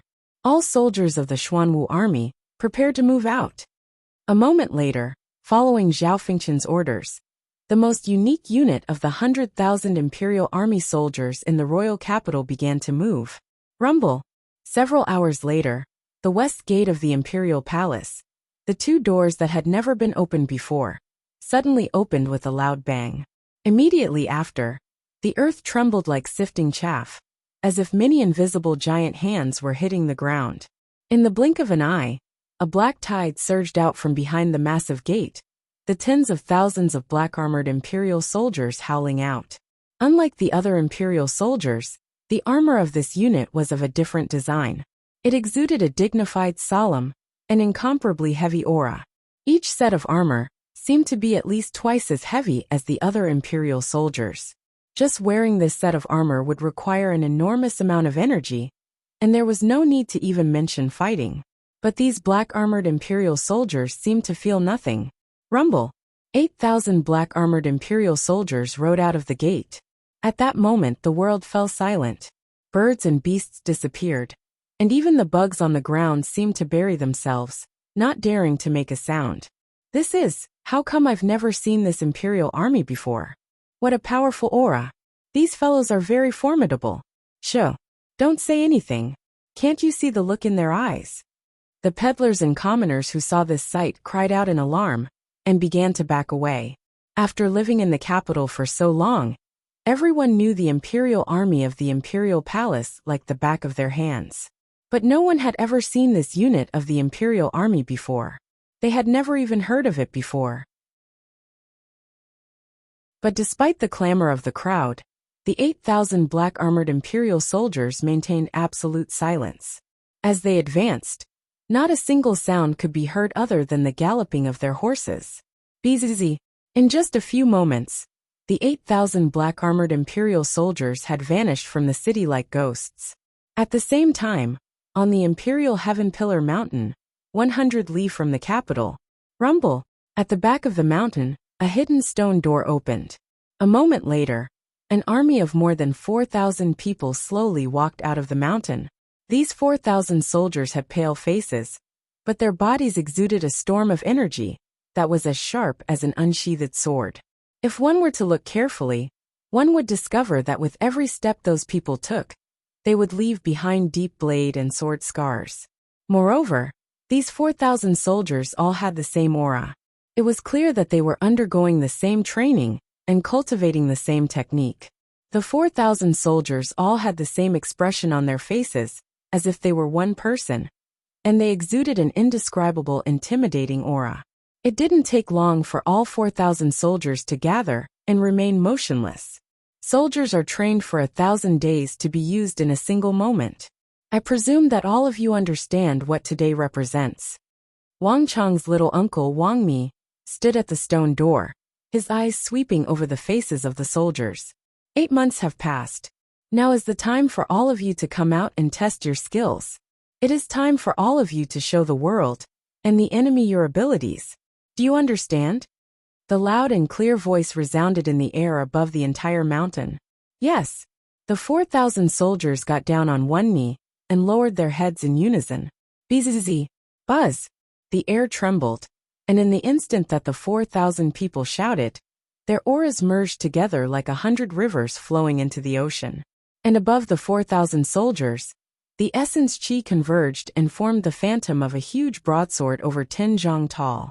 The broadsword was incomparably large and sharp, so sharp that it seemed as if it could split the world in half. Wang Mi nodded in satisfaction at this scene. Wang Mi recalled something that Wang Chong had told him a long time ago, when they first started training this army. Little uncle, this army is very important to me. This scroll contains their cultivation technique. After you take it, have them practice it day and night. Don't touch any other cultivation technique. I hope that in the future, we can train a new type of army in this world. At some important occasion, I will use them. Little uncle, please. In that scene, Wang Chong stood in front of a bamboo forest, his expression unprecedentedly solemn. At that moment, Wang Mi seemed to be infected and involuntarily nodded his head. At the time, Wang Mi still didn't understand what Wang Chong meant. It was only much later, when Wang Mi had trained this army to a certain level, and even participated in their training, that Wang Mi finally understood what Wang Chong meant. Wang Mi had actually handed over a powerful troop, with especially sharp offensive power to him to train in High Emperor Heavenly Pillar Mountain. And now, it was finally time to reap the fruits. Hiss! Wang Mi took in a deep breath, and quickly regained his composure.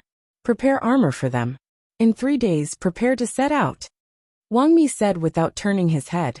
Yes, my lord, an instructor of the Heavenly Pillar Mountain replied. Several hours later, the 4,000 troops were all neatly dressed. Like a storm, they swept down from the Pillar of Heaven's mountains and headed northwest. Chonga, this is as far as your uncle can help you. I've already finished training this divine prison army for you. Consider it a gift from your uncle. The rest is up to you. Halfway up the mountain, Wang Mi gazed at the departing army for a long time. Time slowly passed, and as the 8,000 black-armored Xuanwu army trained by Zhao Fengchen and Li Lin, and the 4,000 divine prison army, trained by Wang Chong's little uncle set out for the western regions, the entire capital fell silent. While everyone was fast asleep, few people knew that in a certain place in the capital, outside the most special and revered Su residence of the Tang dynasty, more than 4,000 people dressed in simple clothes were silently waiting with their heads lowered. This residence had more than 100 years of history, and many places were already showing signs of decay. However, for the military and all the soldiers, this was a true holy land. This was where the legendary war god So Yung, son of the Tang dynasty, resided. As the night deepened, the air began to chill. The 4,000 people dressed in thin clothes remained motionless, afraid that they would disturb that person in the residence. Even the sound of everyone's breathing was suppressed. When the cold wind blew, there was no sound at all. He stood outside the wall for an unknown amount of time. Finally, come in. An elderly voice came from the residence. It was flat and indifferent like any other old man on the street. Creak. Along with that old voice, the side door of the Su mansion suddenly opened. Among the 4,000 people, a few figures finally couldn't help but raise their heads. Their faces were flushed, and their eyes were filled with excitement and agitation.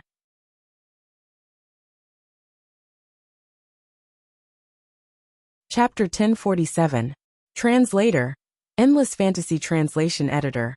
Endless Fantasy Translation. No one had expected that this legendary figure of the Tang dynasty was willing to accept them and train them personally. Hiss. They took a deep breath. Due to the long period of training and strict self-discipline, they quickly lowered their heads and suppressed the excitement in their hearts. As the cold wind blew, 4,000 people entered the Su residence in a single file. Behind them, a 7 or 8-year-old child appeared and smiled at the people outside. With a squeak, he quickly pushed the side door shut. As the side door closed, the entire Su residence seemed to have entered another space.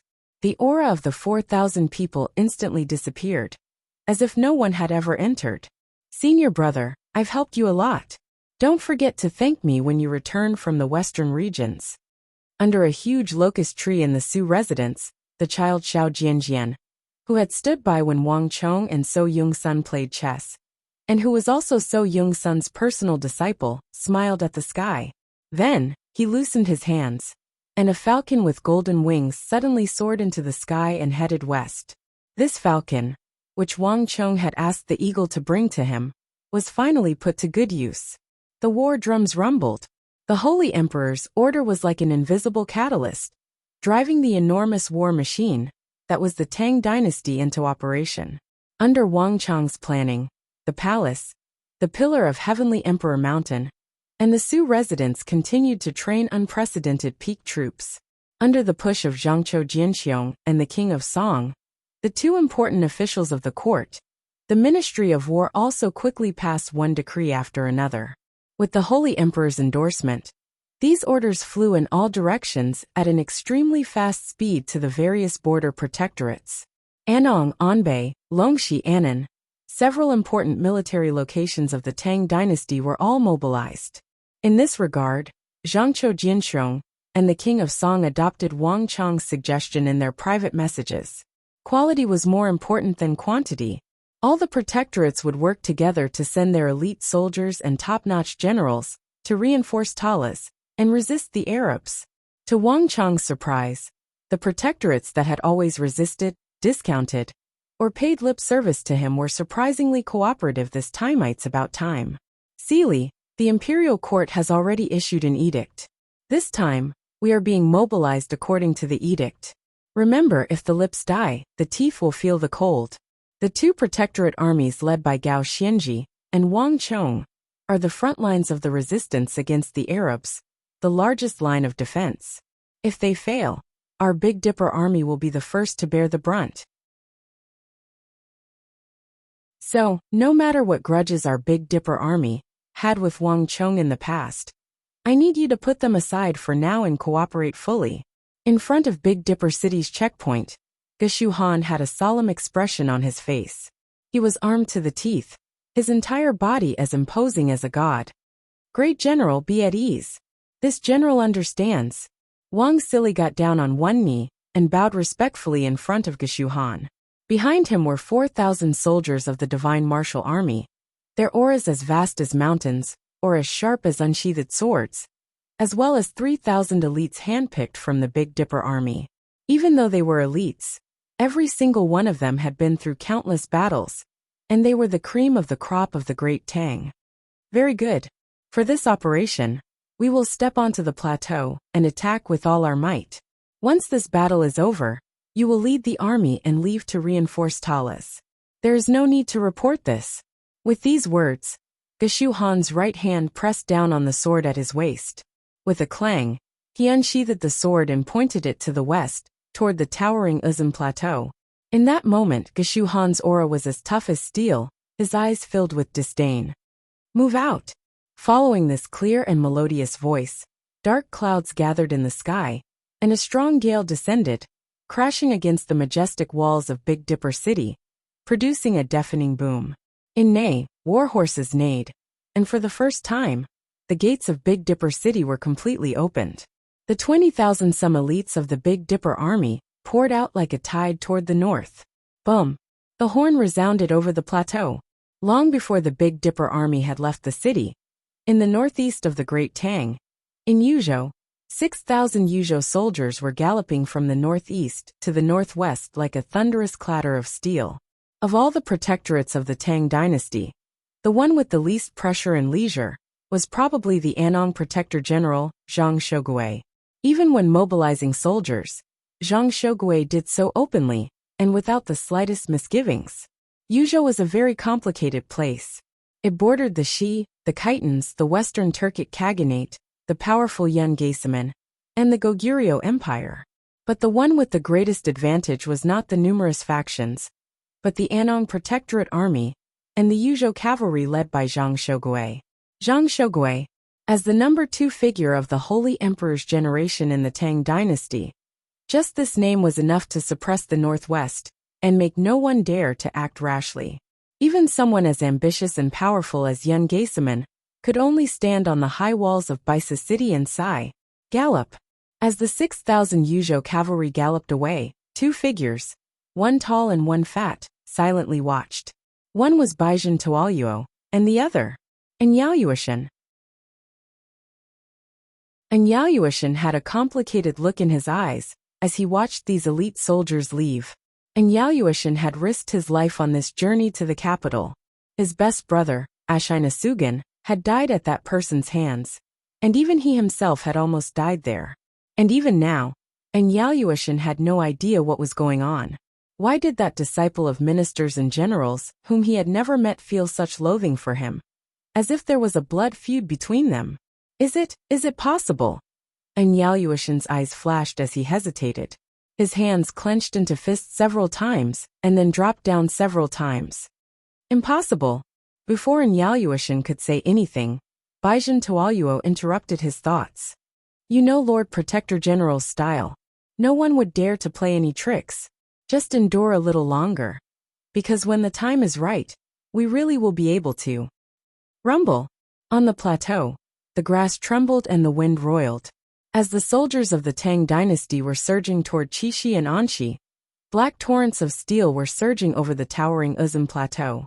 Each of these soldiers was wearing the plate armor unique to the Uzun people, but the style, color, and banners of the armor were all different, clearly indicating that they belonged to different factions. But even though they belonged to different clans, nobles, and royal lineages, these Uzun soldiers all shared a common trait. All of them had stellar energy surging around their bodies, making them incredibly powerful. Is everyone here? At the very front of the army, an Uzun general dressed in dark red armor suddenly spoke. This Uzun general had a thick mustache and a tall and powerful body brimming with explosive power. But the most dazzling of them all was his right hand. A dazzling light exploded from his palm like a saber or sword.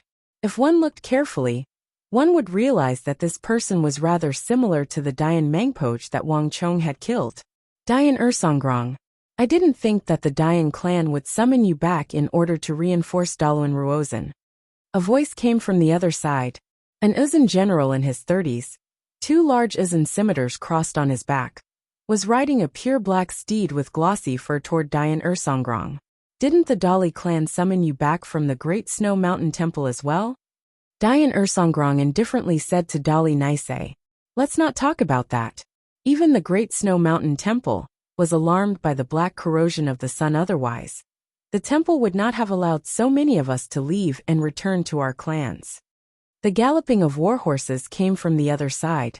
Chili Sulong, one of the young elites of the Chili clan, rode over from another direction, his eyes bright. In a flash, all the Uzun generals fell silent. They glanced at each other, and then tacitly nodded. The Great Snow Mountain Temple was the supreme holy land of the Uzun Plateau, and possessed a transcendent status in the Uzun Empire.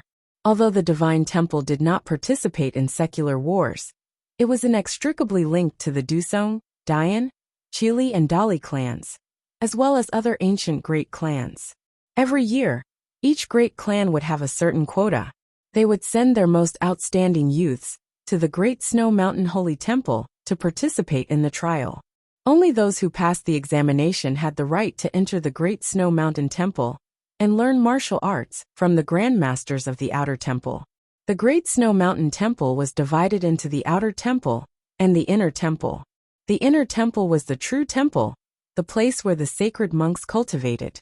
It was located at the highest peak of the snowy mountain, and no one was allowed to enter. Even someone like Dayan Ersongrong, who had cultivated in the Great Snow Mountain Temple for 10-some years, had never entered or seen the sacred monks, let alone others. As for the Outer Temple, although the cultivation there could not compare to the Inner Temple, in the secular world, there was not a single one that was not a supreme technique that could shake the world. Huashu Wazong's Virokana Golden Body Art and Dayan Mangpoch's Great Snow Mountain Monster Dragon Art had both originated from there. The rules of the Great Snow Mountain Temple were strict. Other than their own cultivation grounds, no one was allowed to casually walk around the mountain. Moreover, without permission, one could not easily leave the mountain. For so many people to leave the mountain at the same time was definitely unusual. The divine oracle of the empire is no trifling matter. The danger rises from the east. All of you should have heard this by now.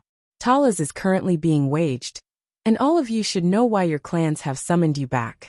As long as we defeat them at Talas, all of Anxi and Qixi will fall into our hands. This will be the collapse of the Tang dynasty, and the beginning of a change in the structure of the world.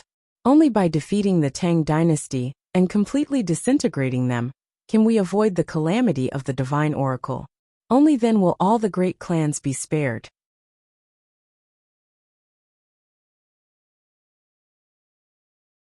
Chapter 1048. This person exuded an enormous aura, faintly revealing the bearing of a great general. He had clearly reached the peak of the brigadier general level. However, if one were to sense it carefully, one would discover that within this person's magnificent aura, there was a trace of extremely fierce and crazy murderous aura. It was like a ferocious beast that was covered by a cloth, but revealed a trace of sharp fangs. Damatrimo. Seeing this black-faced general, an aristocratic family elite suddenly exclaimed in a low voice as he recognized him. The others also revealed looks of shock, and they all backed away with expressions of fear on their faces. Damatrimo. Uzun was the number 2 figure of the Yarlung royal family in the empire's northern royal district, a terrifying peak brigadier general. But this was not the reason for their fear. Damatrimo had once gone to the Great Snow Mountain Temple and studied martial arts there. However, his murderous nature was extremely strong, and the martial arts he cultivated were also extremely focused on killing. In addition, Damatrimo was temperamental and had committed a sin of murder in the Great Snow Mountain Temple. A master of the Great Snow Mountain Temple had pierced his bones with chains and hung on a cliff behind the snow mountain for 7 years. Only later on, when his killing intent had greatly decreased, was he released. He was then sent to the Yarlung royal family's great general Namri Songtian. Only Namri Songtian's powerful great general cultivation was able to barely suppress his killing intent and demonic energy. But even so, it was rumored that Damatrimo would occasionally go berserk and kill his own people. It was to the point that Namri Songtian would never release him, except in extremely important battles. No one had expected that this god of slaughter, who had been suppressed by great general Namri Songtian, to temper his killing intent and demonic energy, would be released at a time like this. And there was no one at his side who could control him. With his murderous nature, it was likely that everyone here would be killed by him. Damatrimo sneered. His gaze swept across the crowd like lightning, and he understood the fear in their hearts. Relax. This time, the Divine Temple gave me a Buddhist saber that suppressed my martial arts and killing intent, so relax. I won't attack any of you. As Damatrimo spoke, he smiled contemptuously and patted his back. Only then did everyone notice that Damatrimo was carrying a golden dagger on his back. A red swastika was carved on the scabbard of the saber. When looking at it from a distance, it felt like a pure Buddhist energy was contained in the saber. Looking at the Buddha knife with the mark of the Great Snow Mountain Temple, and then at Damatrimo's calm expression, everyone heaved a long sigh of relief. Greetings, General. Everyone quickly lowered their heads. Damatrimo was undoubtedly a legendary figure of the Outer Temple. He was far stronger than anyone else present, and probably no one other than great generals could suppress him. Let's go. There are plenty of people I can kill at Talas. I have no interest in you. As Damatrimo spoke, he sneered and immediately passed through the crowd. Behind him, Dian Ersongrong, Darsnis, and the elite experts of the ancient clans of the plateau glanced at each other. After a few moments of thought, they followed Damatrimo. The 40,000-some elites from the tribes and clans of the steppe gathered into a mighty flood as they made their way toward Daluan Ruozen's group. Time slowly passed, traveling north from Uzun to the distant city of Talas. In an elegant study, endless torrents of stellar energy coiled around the room like countless pythons, filling every corner of the room. In the center of this torrent of stellar energy, 2 images, one gold and one red, floated in the air, illuminating the entire room. If one looked carefully, one would realize that beneath the golden and red images of the sun and moon was a young figure, seated cross-legged and motionless. This figure was the center of the room, and all the torrents of stellar energy circled the room before returning to Wang Chang's body. The Great Destruction Art. Wang Chang was currently cultivating the last and strongest technique of the Great Yin-Yang Heaven Creation Art. There was a saying that went, 1 begets 2, 2 begets 3, 3 begets all things. Of all the martial arts of the Central Plains, the supreme and infinite origin immortal art represented one, and it was also the strongest martial art in the world. Although the Great Yin-Yang Heaven Creation Art was inferior to the supreme and infinite origin immortal art, it was still extremely powerful. This was because the Great Yin-Yang Heaven Creation Art represented two, the Tao of Yin and Yang, the foundation of the world. This could be seen from the sun and moon, the tides. When the yin-yang energy of the Great Yin-Yang Heaven Creation Art reached its limit, one could cultivate the Great Destruction Art through Yin and Yang arts. This technique was the strongest technique of the evil path, and it was also the supreme technique that the evil emperor had used to reign supreme over the world. Countless experts, elders of the righteous path and evil path, had died to this technique of the evil emperor. But despite its power, it was also extremely difficult to cultivate. If Wang Chang hadn't absorbed giant King Garib Hassam's vast stellar energy and reached the peak of the brigadier general level, he wouldn't have had the right to cultivate the Great Destruction Art. But even so, it was still extremely difficult to cultivate. The Great Destruction Art was divided into 3 minor levels. The first level, the Great Distortion Art, the second level, the Greater Spacetime Art, and the third level, the Consummate Great Destruction Art. The difficulty of each level was comparable to the cultivation of the previous 2 unique skills. Buzz! After some time, Wang Chang sat motionlessly, his long hair dancing in the wind. On his shoulders, the sun and moon mirages that had remained motionless all this time suddenly began to slowly approach. Rumble! At this moment, a strange change occurred. The room seemed to be overflowing with tides, and the pythons of stellar energy alternated between gold and red. Moreover, 1 gold and 1 red, they fused together. In an instant, the entire room seemed to be twisted by an invisible hand, and everything suddenly became blurry. From one side, it was impossible to see the other. Everything had lost their original appearance, and while the stellar energy continued to rumble, it gave off an extremely dangerous feeling. Cacklack. The first to be affected were the wooden planks in the room. All the wooden planks rose up, and as they did so, they began to fiberize. Countless wooden fibers began to emerge. Rumble! Ring after ring of stellar energy surged out.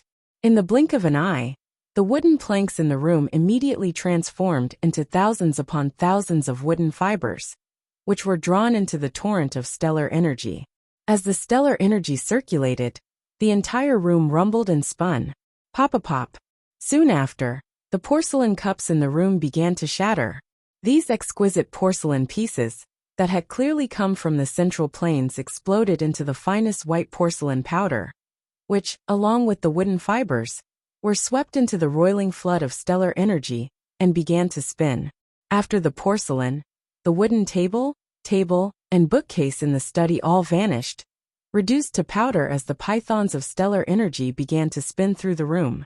In the end, only creaking sounds could be heard. Even the 2 simple and unadorned beast-shaped incense burners in the room couldn't withstand this power. The metal surface of the incense burners suddenly cracked from the inside out, and then quickly collapsed. The Lord of Talas was extremely wealthy. The 2 incense burners he had placed in his room had been forged from the finest metal and had been meticulously tempered by Arab craftsmen.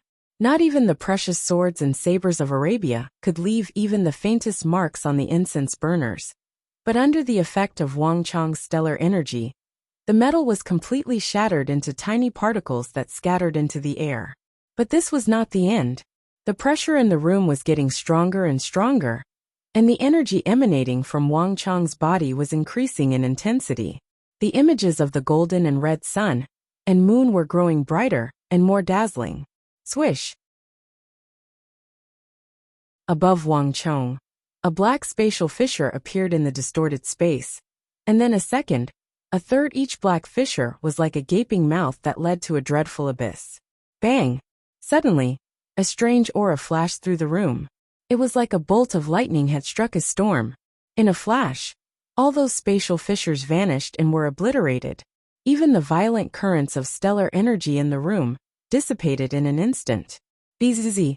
Without the support of stellar energy, the wooden fibers, metal particles, and porcelain powder in the air began to drop to the ground, and the room fell silent once more. What a pity! I was still lacking. With a light sigh, Wang Chong opened his eyes and glanced around the room. Seeing that it was in shambles, he quickly stood up. The Great Destruction art was the strongest of the three techniques, and also the most difficult to cultivate. Wang Chong had originally planned to cultivate the first level of the Great Distortion art, before moving on to the second level of the Great Spacetime art. But he had failed. Even so, Wang Chong had not come without gains. Although he had failed, Wang Chong's body and psychic energy had both received massive boosts, and his stellar energy had also grown stronger and sharper. Someone tidy up the room. Wang Chong raised his head and said, "Yes, my lord." A voice came from outside, and it was extremely respectful. Wang Chong nodded and stepped over the wreckage to open the door. Whoosh! The moment Wang Chong pushed open the door, an icy white mist surged in. Wang Chong narrowed his eyes as he felt a chill run down his spine.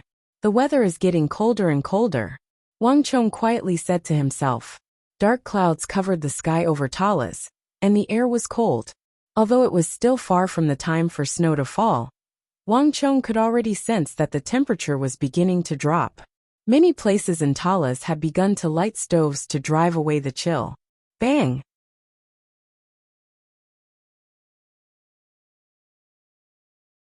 Chapter 1049. What's going on? Wang Chong frowned as he glanced in the direction of the voice. At the same time, he called over a soldier of the Anchi Protectorate Army. My lord, it's the Chilua tribe. Several lambs froze to death last night.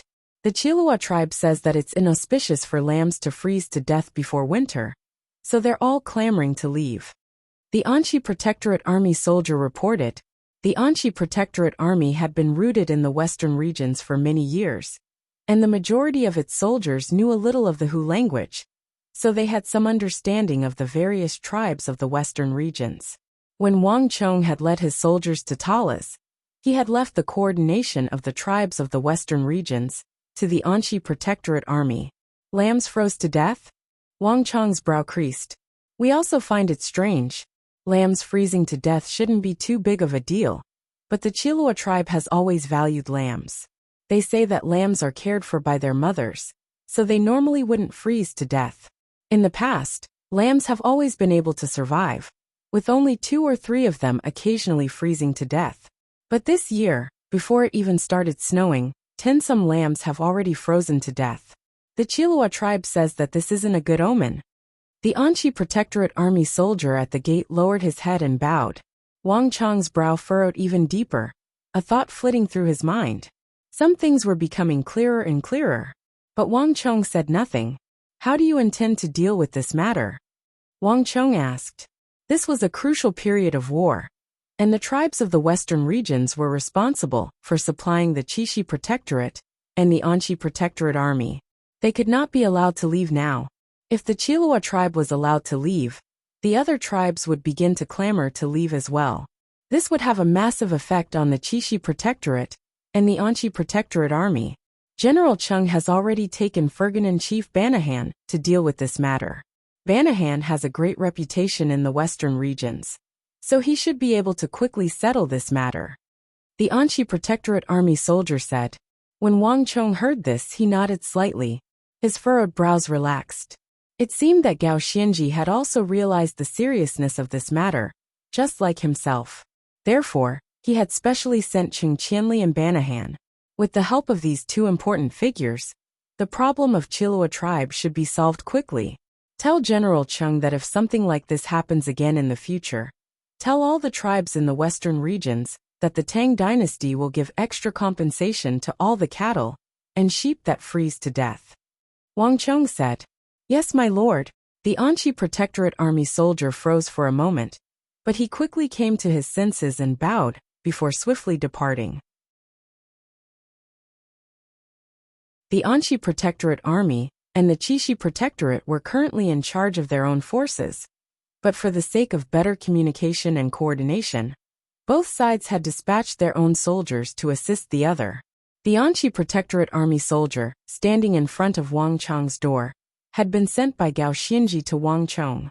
After sending off the Anqi Protectorate army soldier, Wang Chong suddenly whistled for the white-hoofed shadow and set off for the second training ground in the western part of the city. There were 3 training grounds in Talas, each capable of holding 200,000 soldiers.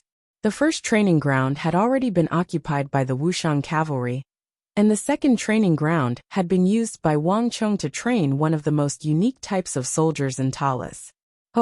Even before Wang Chong had reached the second training ground, he could already sense a massive tremor. Unlike the tremors caused by a cavalry charge, these tremors came one after the other, like the crashing of waves in an extremely rhythmic manner. At the same time, he could hear shouts and shouts. Ha! Ha! Waves of shouts resounded out, and they were filled with an indomitable and courageous aura. The Mo Saber unit. Wang Chong faintly smiled as he looked into the distance. As this thought flitted through his mind, he urged his horse forward, quickly arriving at the second training ground. This massive training ground was built from thick slabs of gray stone, its edges lined with wooden statues.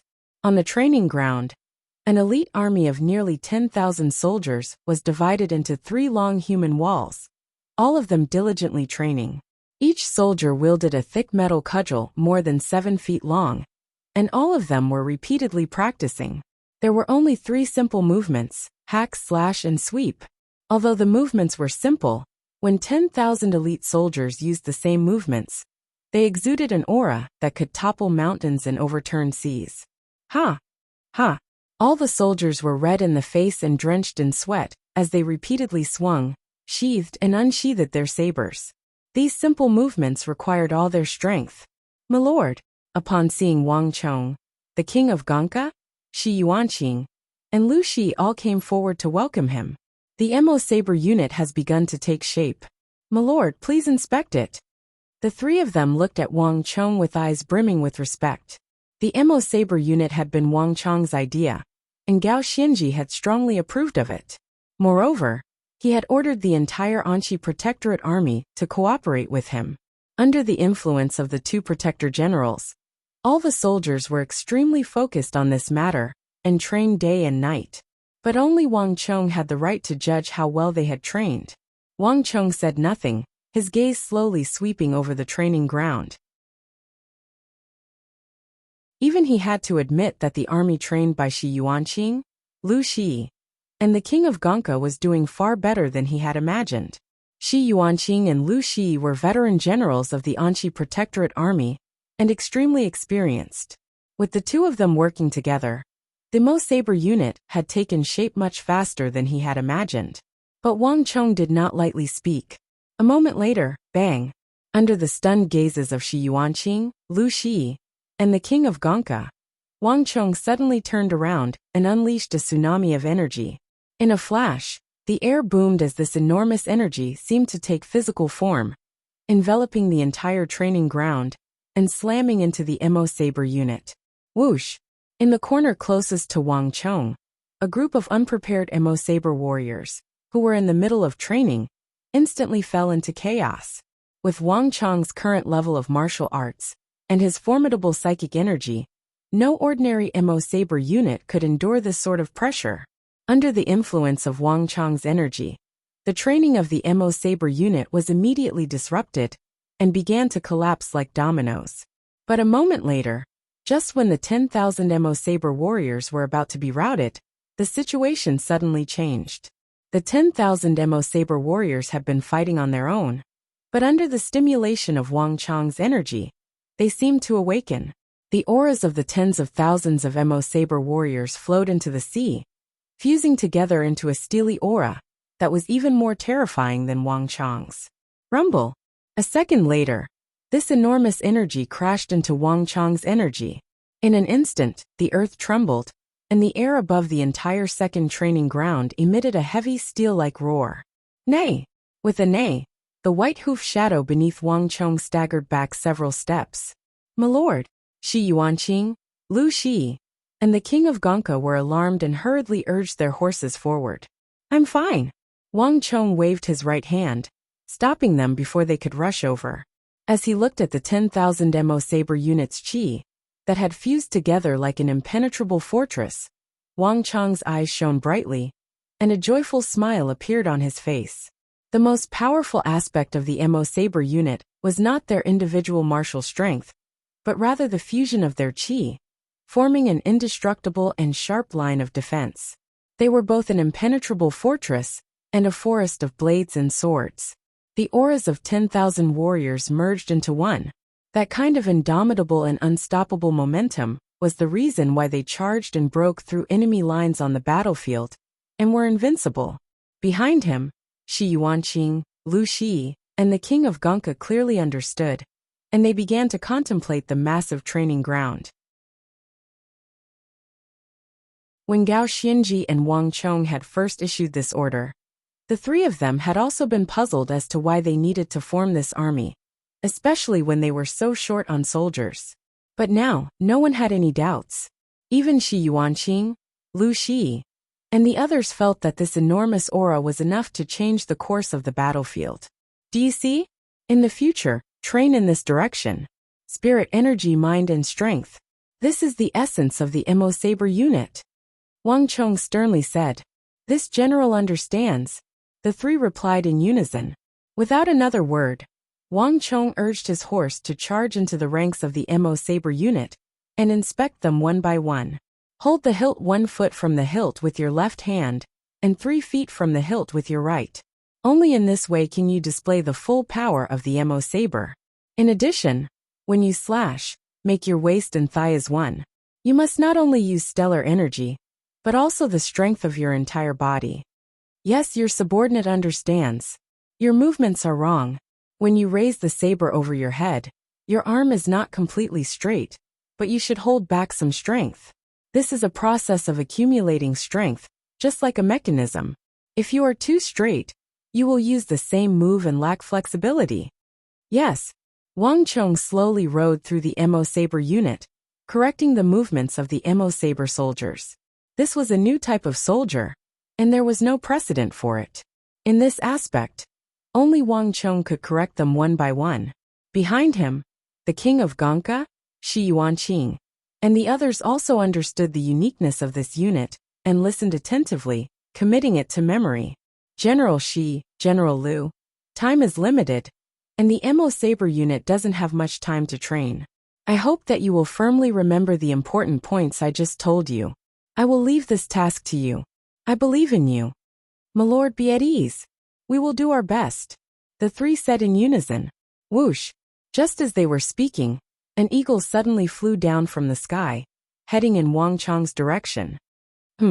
Wang Chong raised his eyebrows and quickly stretched out a finger to catch the eagle flying down from the sky. Removing the letter from the eagle's leg, Wang Chong glanced at it, and a trace of joy appeared on his face.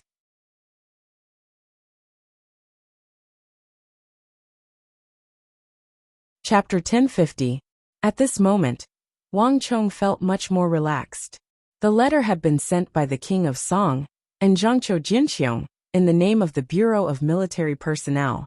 The Xuanwu army that Wang Chong had trained through his uncle Li Lin in the name of Zhao Fengchen was already on its way to Qixi. The border protector generals, Geshu Han and Zhang Shogui, had already sent reinforcements to the northwest. Everything was on the right track, and with the addition of the Divine Prison Army that his little uncle Wang Mi had dispatched, there were nearly 30,000 soldiers on their way to Qixi, and these soldiers were all elites. Their weapons and equipment might have been lacking compared to the meteoric metal and Wuxia steel of the Wuxian cavalry, but in terms of pure fighting prowess, they were not one bit inferior. This was Wang Chong's greatest hope in this battle. Senior Su has already agreed to help me train 4,000 soldiers. There's only one place left to borrow soldiers. Wang Chong muttered to himself as he recalled the legendary ultimate martial army. Whether it was Zhao Fengchen's Xuanwu army, his little uncle's Divine Prison Army, Geshu Han's Divine Martial Army, or in Sichuan's Dragon Stallion Army, they were all just one part of Wang Chong's plan. The most crucial part was still the ultimate martial army. The ultimate martial army not only excelled in offense, but also in defense, strength, agility, and speed, all of which far surpassed ordinary elites. More importantly, this powerful army could rely on the strength of its soldiers to form an array formation. Within the range of the formation, the strength of all the soldiers could be linked together. Not only could they increase their strength, they could also use the formation's abilities to evenly distribute the damage suffered by each person to the others, minimizing the damage suffered by each person in battle. In this aspect, it was actually very similar to Dian Mangpoch's Great Bond formation. What was different about the ultimate martial army was that once the formation was activated, it could constantly absorb the heaven-earth origin energy in a radius of 100 li, pouring it into the formation and strengthening the soldiers' stellar energy. Any army that received the help of the ultimate martial army would have their strength greatly increased, and they would be able to fight for a longer period of time. Several hundred years ago, in Taizong's era, this ultimate martial army was one of the most dazzling elite forces under Taizong's command. But as time passed, coupled with the fact that the ultimate martial army's cultivation was extremely harsh, the legends of the ultimate martial army were rarely heard in the current Tang dynasty. But Wang Chong knew that the ultimate martial army still existed in the capital. This ultimate martial army did not have many soldiers, only 2,000 or 3,000. It could be considered the last bloodline of the ultimate martial army in this world. If Wang Chong wanted to maximize the power of the Xuanwu army, Divine Prison Army, Divine Martial Army, and Dragon Stallion Army, he needed the help of the ultimate martial army. Looks like I can only alarm that old senior, Wang Chong muttered to himself, a figure appearing in his mind, a rare look of respect appearing in his eyes. There were many great clans in the capital, and one of them was the Duke of Yi, whose ancestor had been one of the founding ministers of the Tang dynasty for 3 generations. But by the time of the current Holy Emperor, the clan had begun to decline, unable to regain the glory of its ancestor. Moreover, this clan did not have any outstanding talents, and was very inconspicuous, so almost no one in the capital paid it any attention. But Wang Chong knew that this clan was far more powerful than he imagined. There was still a true old senior living in the Duke of Yi residence. This old senior had lived through 4 dynasties, and was almost a contemporary of So Yung-sun. But just like So Yung-sun, he had long ago retired from the world, and the outside world believed him to be dead. Under the guidance of this old senior, the Duke of Yi residence had only done one thing in the last 100 years: search the world for talented children to enter the ultimate martial army, and continue the bloodline of the ultimate martial army. But the requirements for the ultimate martial army were far too high, and it was extremely difficult to train. Thus, the Duke of Yi residence had only managed to train 2,000 or 3,000 soldiers of the ultimate martial army. Moreover, the Duke of Yi residence never showed it to anyone, nor did it lend it to outsiders. In normal circumstances, it would be almost impossible to borrow such a powerful army from the Duke of Yi residence. But Wang Chong knew that this was not because the Duke of Yi residence was harsh or stingy, but because the Duke of Yi residence was benevolent and concerned about the world. It hoped that this army would be used for the sake of the country, and not fall into the hands of those with evil intentions, who would use it for their own personal goals and ambitions. Thus it preferred to remain hidden. Xue Qianjun, bring a brush and paper, Wang Chong said without turning his head. Yes, Marquis. A few moments later, an eagle soared into the sky, carrying a topographical map of Talas and a letter from Wang Chong. It flew through the mountains and rivers toward the capital.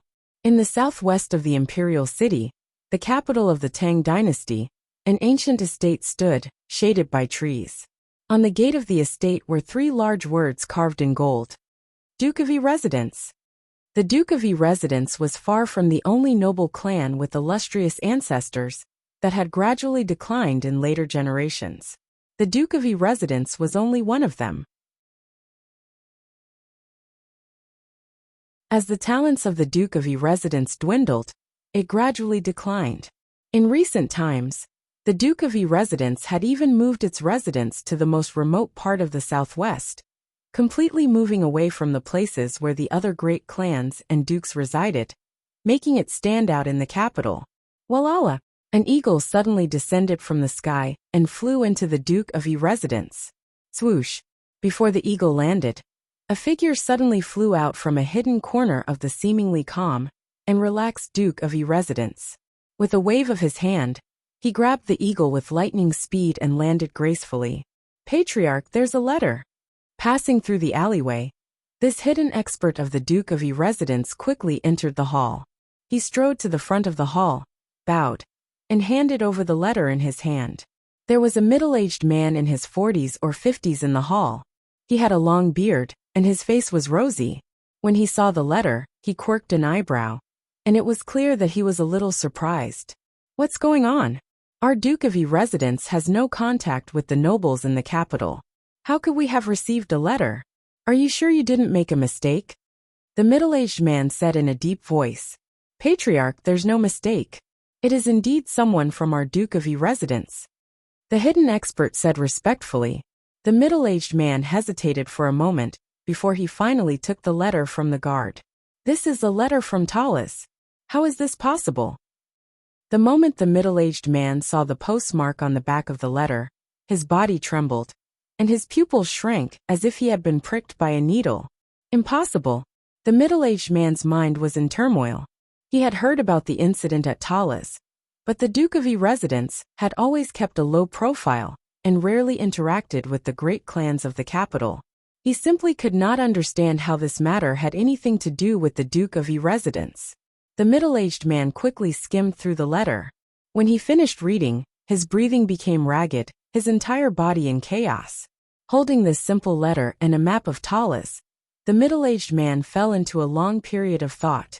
Father, how did this young marquis know that our Yuchi clan has the ultimate martial army? As the middle-aged man was thinking, a voice came from behind him. Alarmed, the middle-aged man turned his head. A young man of 21 or 22 had at some point walked up behind him and read through the contents of the letter. Fenner, why are you here? The middle-aged man looked nervous as he quickly crumpled the letter in his hand into a ball. What ultimate martial army? Don't speak nonsense. Our Yuchi clan has no ultimate martial army. As the middle-aged man spoke, he flicked his sleeves and abruptly stood up from the armchair. Then he quickly walked into the inner room. But father, the matter of Talus has caused such a ruckus that even Duke Jiao and the Grand Preceptor have appeared, and even the Holy Emperor has personally spoken. Isn't this the perfect time for our Yuchi clan to serve the Tang dynasty? Moreover, soldiers are trained for 1,000 days to be used in a single moment.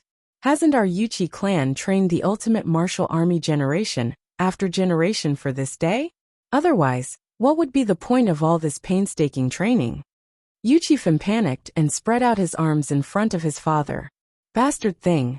Do you think I don't know what you're thinking? The Yuchi clan's ultimate martial army has never been used for personal gain. If you want to stand out, rely on your own strength. The ultimate martial army is not a tool for you to rise to the heavens. Disobeying the teachings of our ancestors will bring about the extermination of our entire Yuchi clan. The Yuchi clan patriarch's eyes were wide with rage as he spoke harshly. But father, I just want to carry on the glory of our Yuchi clan's ancestors. Is this wrong? Don't tell me you're willing to let our Yuchi clan remain unknown. Unexpectedly, Yuchi-fan's eyes were wide open, not yielding in the slightest. Slap. As soon as Yuchi-fan's voice fell, a heavy slap landed on his face. The huge force caused his body to stagger and almost fall to the ground. Beast! Have you forgotten what happened 30-some years ago? Back then, your uncle had the same thoughts as you, wanting to revitalize the Yuchi clan. He secretly took away a branch of the ultimate martial army and had them join the first prince in resisting the third prince. But who could have imagined that the weakest and most incompetent third prince would ascend to the throne and become the Holy Emperor? This almost brought about a calamity for our Yuchi clan. If this wasn't the case, why would our Yuchi clan have moved out of our original estate and cut off all relations with the other noble clans? The Yuchi clan patriarch's face was ashen as he stared at Yuchi Fun in exasperation. Yuchi Fun's expression froze, and he was rendered speechless by these words. You're tuning in to the Limei's Wuxia Whispers YouTube channel. We're so grateful for your support. And don't forget to subscribe to join us on this incredible journey through captivating stories. Your generosity through donations truly makes a world of difference, as it's the primary source of revenue that allows me to expand and enhance this channel for you. Thank you from the bottom of my heart for being a part of this adventure.